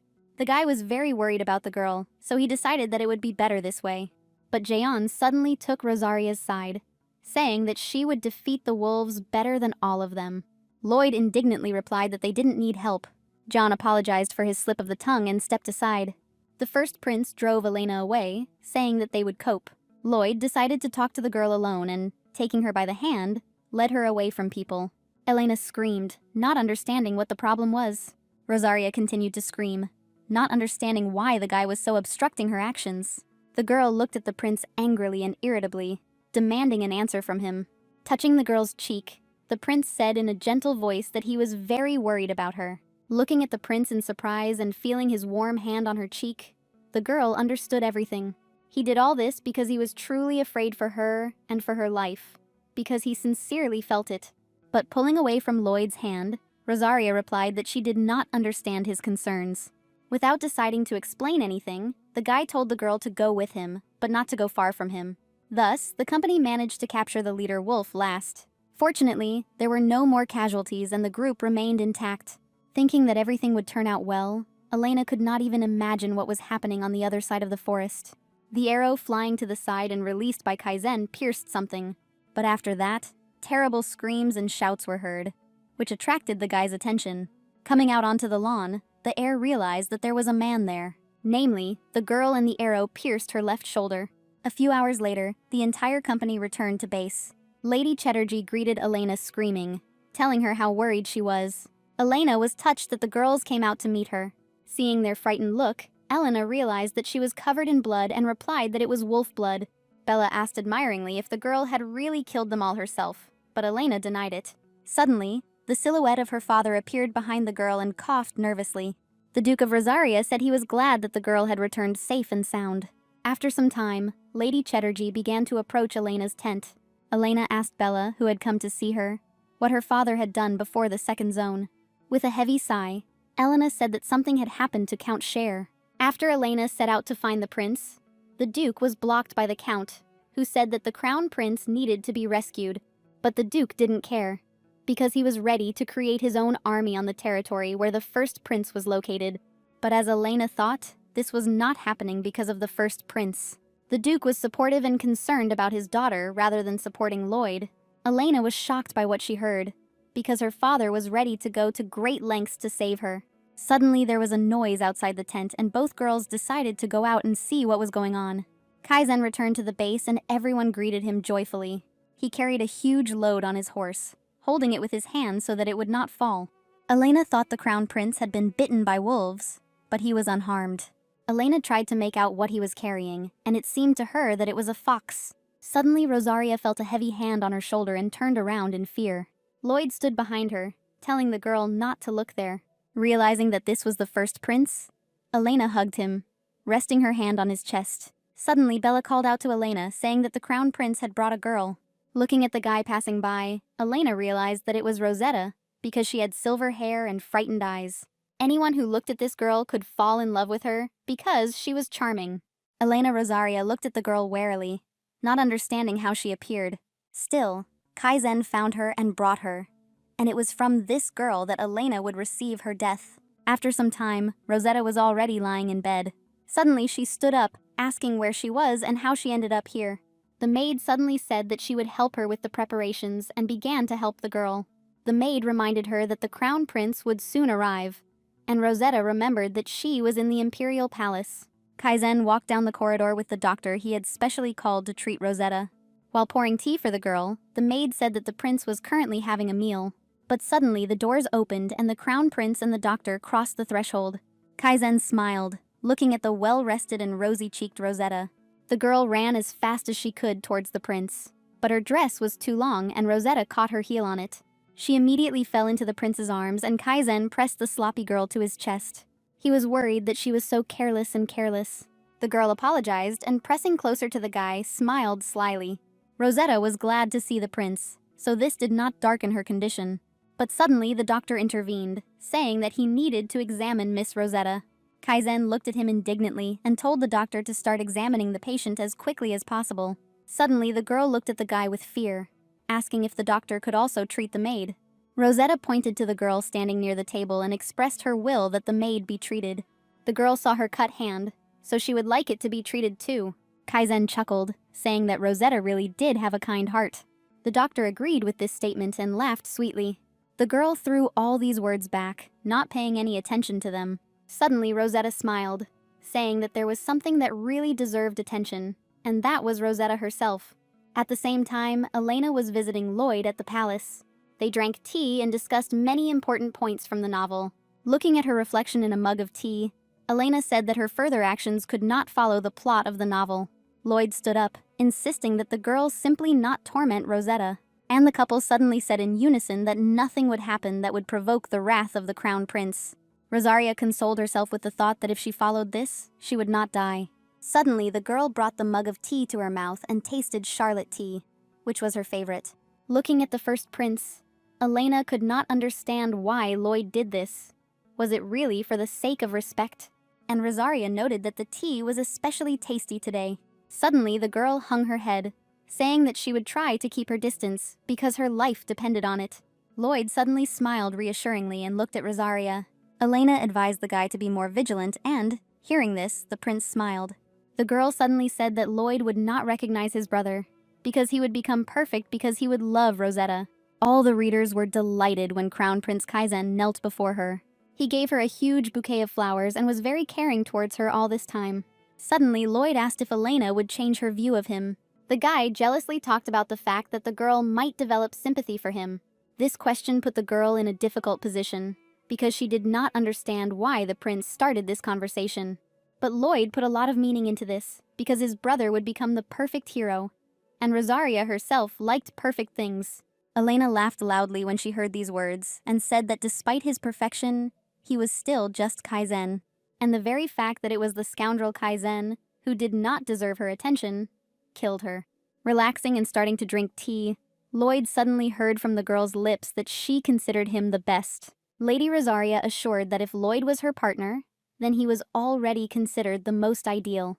The prince couldn't drink the tea, so after putting down the mug, he began to silently look at the girl. All these words lifted the prince's spirits, and he smiled at Elena. Suddenly, Elena said that she had no plans to fall in love, and explained that she had 3 things as a priority. Stay alive, inherit the duchy, and help Lloyd. The first prince was not upset because he was included in this list, and his heart was at peace. Suddenly, Elena said that she needed to tell Lloyd something. She told Lloyd that she had seen a temple and a stone statue at a hunting festival deep in the forest. Elena also added that she would like to apologize for what happened in the forest, because it was because of her that Kaizen started the war. Lloyd accepted the girl's apology and told her not to worry about it. Rosaria noticed Lloyd's face, recognizing something familiar in it. It was as if he was expecting something like this and knew that this is how it would happen. And the girl decided to ask the guy whether he expected this attack. Elena was unhappy that her partner could not trust her with a word, while the girl herself consulted with him. Listening to the girl, Lloyd was silent, thinking about what to say. Lloyd replied that he didn't want to put the girl in danger, because if she found out, she would immediately start saving him. Elena didn't understand why the guy, regardless of the situation, could be in danger, but remained silent all the time. The girl felt upset that Lloyd did not value her opinion as much as his own. Standing up and leaning on the table, the girl said that she was very tired and wanted to rest. Suddenly, Lloyd rushed towards the girl, who began to leave. But Rosaria only said that she did not want to associate herself with a person who did not trust her. The man looked after her silently, his mood spoiled. As the sun began to set, one of Rosaria's training sessions was taking place in the training hall. The girl took out all her aggression by training and practicing her techniques. She didn't feel okay, because by getting involved with Lloyd, Elena lost herself. Although in reality there was no reason for anger, because they were essentially partners. But Elena was still upset, because she was also worried about his safety. The girl remembered the face of the guy who said that he did not want to put her in danger. Unable to bear it, Elena threw the sword aside and began to cry. As night fell, a conversation took place in the Marquise's mansion, and the man's cries could be heard even on the street. The Marquis threw things at the walls, indignant that his daughter was incapable of anything. Shouting and pointing his fingers at her, Tennessee said that if she was a girl, she should at least flirt with men. With her head bowed and despite her father, Lisa said that she tried to do at least something. As Tennessee poured himself some wine, he spoke of the rather precarious situation their family was in. As he closed the bottle, the man was indignant that he had already failed the second task of the Crown Prince. Elizabeth understood that this was happening only because of her father's greed, and that he himself was to blame for everything. But there was only one way out: to gain the trust of the commoner Rosetta, whom the Crown Prince brought to the hunting festival. Rumor has it that he is crazy about her, and if Lisa treats her well, the family will earn some points. But Elizabeth was indignant, not understanding why her father was entrusting such a task to her, since she was a proud aristocrat. But her father gave her a choice: either gain the girl's trust or win over the Crown Prince. It was a difficult choice, and Elizabeth did not understand how her father could put this choice before her. Tennessee said that if the girl thought this was unfair, she should have been born a man and taken over the family affairs. Suddenly, Elizabeth shouted that according to the law, even a woman could become an heir. Having said these words, Lisa remembered Rosaria, who had become the heir. While sipping his wine, Tennessee looked at the girl in surprise and asked her reproachfully. But the girl did not dare to repeat this and decided that she would do everything as her father asked. With tears in her eyes, the girl realized that she couldn't do anything, and that everything was pointless. Rosetta had already been in the Crown Prince's palace for 2 weeks. One day she invited all the maids to the table and began the meal. Suddenly, Kaizen, wearing a white suit, entered the hall and headed towards the table. As he passed the maids, Kaizen said that he should have warned them earlier about not following the lady's orders. Rosetta explained that she was rather bored eating alone and had invited the maids. Kaizen was indignant, but the girl decided to invite the guy to eat with her. The maid noticed that despite his gentleness towards Rosetta, this statement was going too far. Stroking the girl on the head, the prince said that he would eat with her once a day, namely at lunch. The maids noticed that after meeting Rosetta, the guy changed, and this girl was clearly his destiny. Clapping her hands, Rosetta asked the young man why he had come to see her today. The prince explained that he wanted to introduce her to someone. Kaizen advised the girl to start a conversation with the person they were heading to now, because she couldn't sit and be bored. Rosetta was greeted by Tennessee's family and was very happy to meet them. After introducing herself, the girl laughed and sat down in the chair next to Tennessee's family. Elizabeth remembered that something white and beautiful remains that way until you pick it up, after which it becomes fragile and dirty. So it was with Rosetta she reminded Lady Tennessee of a rose that had no thorns at all. On the same day, an interesting incident occurred in the library, where Russell often visited. Volston passed by one of the halls, and, hearing an active discussion, realized that today was the day of the Noble Stag meeting. Looking at the initiator of this event, he noticed in him the features of a rather unpleasant person. He didn't want anyone to notice him and dashed into the library behind the bookshelf. Volston was choosing the textbooks for Rosaria to study, and that was why he decided to come here. While reading the titles of the books and choosing some of them, Volston noticed a book fall from the top shelf. She made a lot of noise, so the guy couldn't help but notice her. The man picked it up and saw that there was nothing written on the cover. Opening it and starting to leaf through it, Volston realized that this was exactly the book he had been looking for a long time.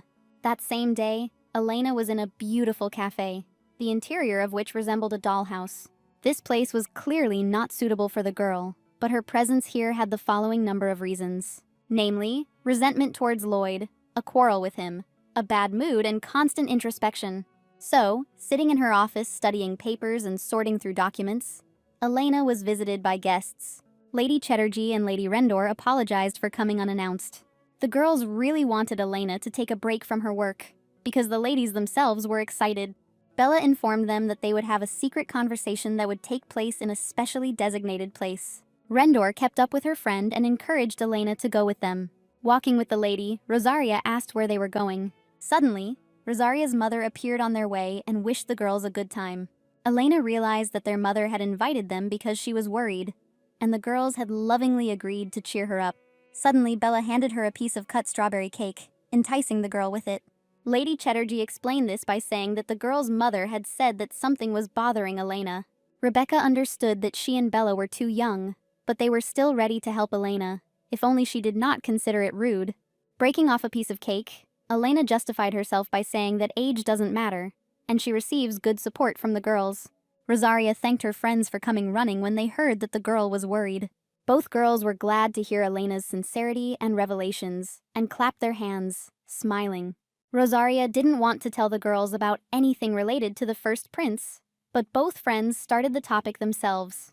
Hearing that they were mixing the prince into her bad mood, Elena's fork bent. Elena looked at the fork in her hands and did not understand how this happened. Lady Rendor decided to bring another fork, considering it a marriage. Left alone, Elena asked Lady Chatterjee what Bella wanted to ask, but she didn't know. Suddenly, a waiter approached their table, handing over the dishes they had ordered, and Elena noticed how similar his hair was to Lloyd's. Elena tried to push these thoughts away and get involved in the conversation with the girls. Looking out the window, Rosaria noticed that a new jewelry store had opened, and she had the idea of buying something for her mother. Looking out the window, Elena noticed the silhouette of the first prince and wondered why he was not in the palace.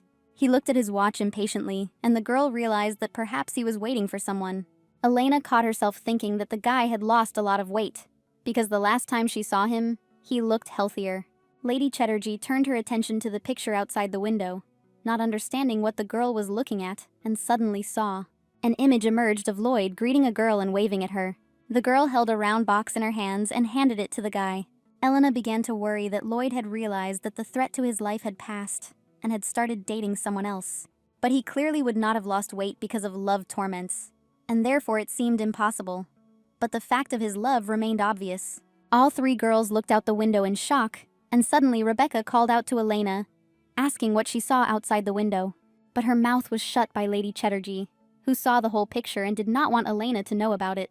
But Elena said that she wanted to try the recommended tea, and the view from the window merely distracted her.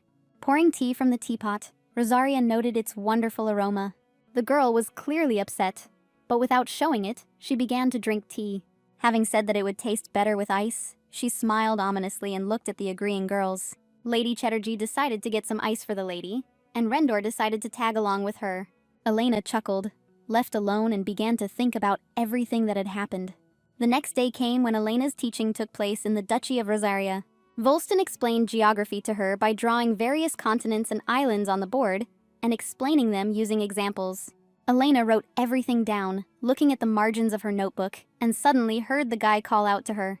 The mentor asked if something had happened to her with the first prince, and Elena gasped when she heard this question. Volston explained that the torments of young ladies arise precisely because of the relationship. Suddenly, Elena stood up, screaming about who said that she was dating the first prince. But suddenly she calmed down, remembering their plan, and said that she was dating, but that was not what she was thinking about. Volston looked sternly at the girl, and Elena suddenly said that she had nothing like that with him. The mentor advised her to contact him if any problems arose, because he was ready to help. Elena didn't want to consult her home teacher about this, so she began to find ways to change the subject. And Elena decided to ask a desperate question and tell a story about what happened at the hunting festival and what she saw there.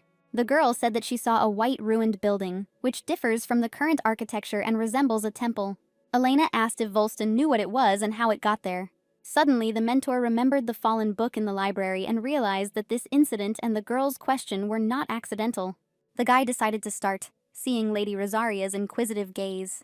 But first of all, Volston wanted to ask the girl for something. The guy asked the girl not to tell anyone about this story, and Elena gave him her promise, realizing that this story was more dangerous than she thought. Volston reported that it was a temple of Rainalism, which the royal family destroyed about 500 years ago.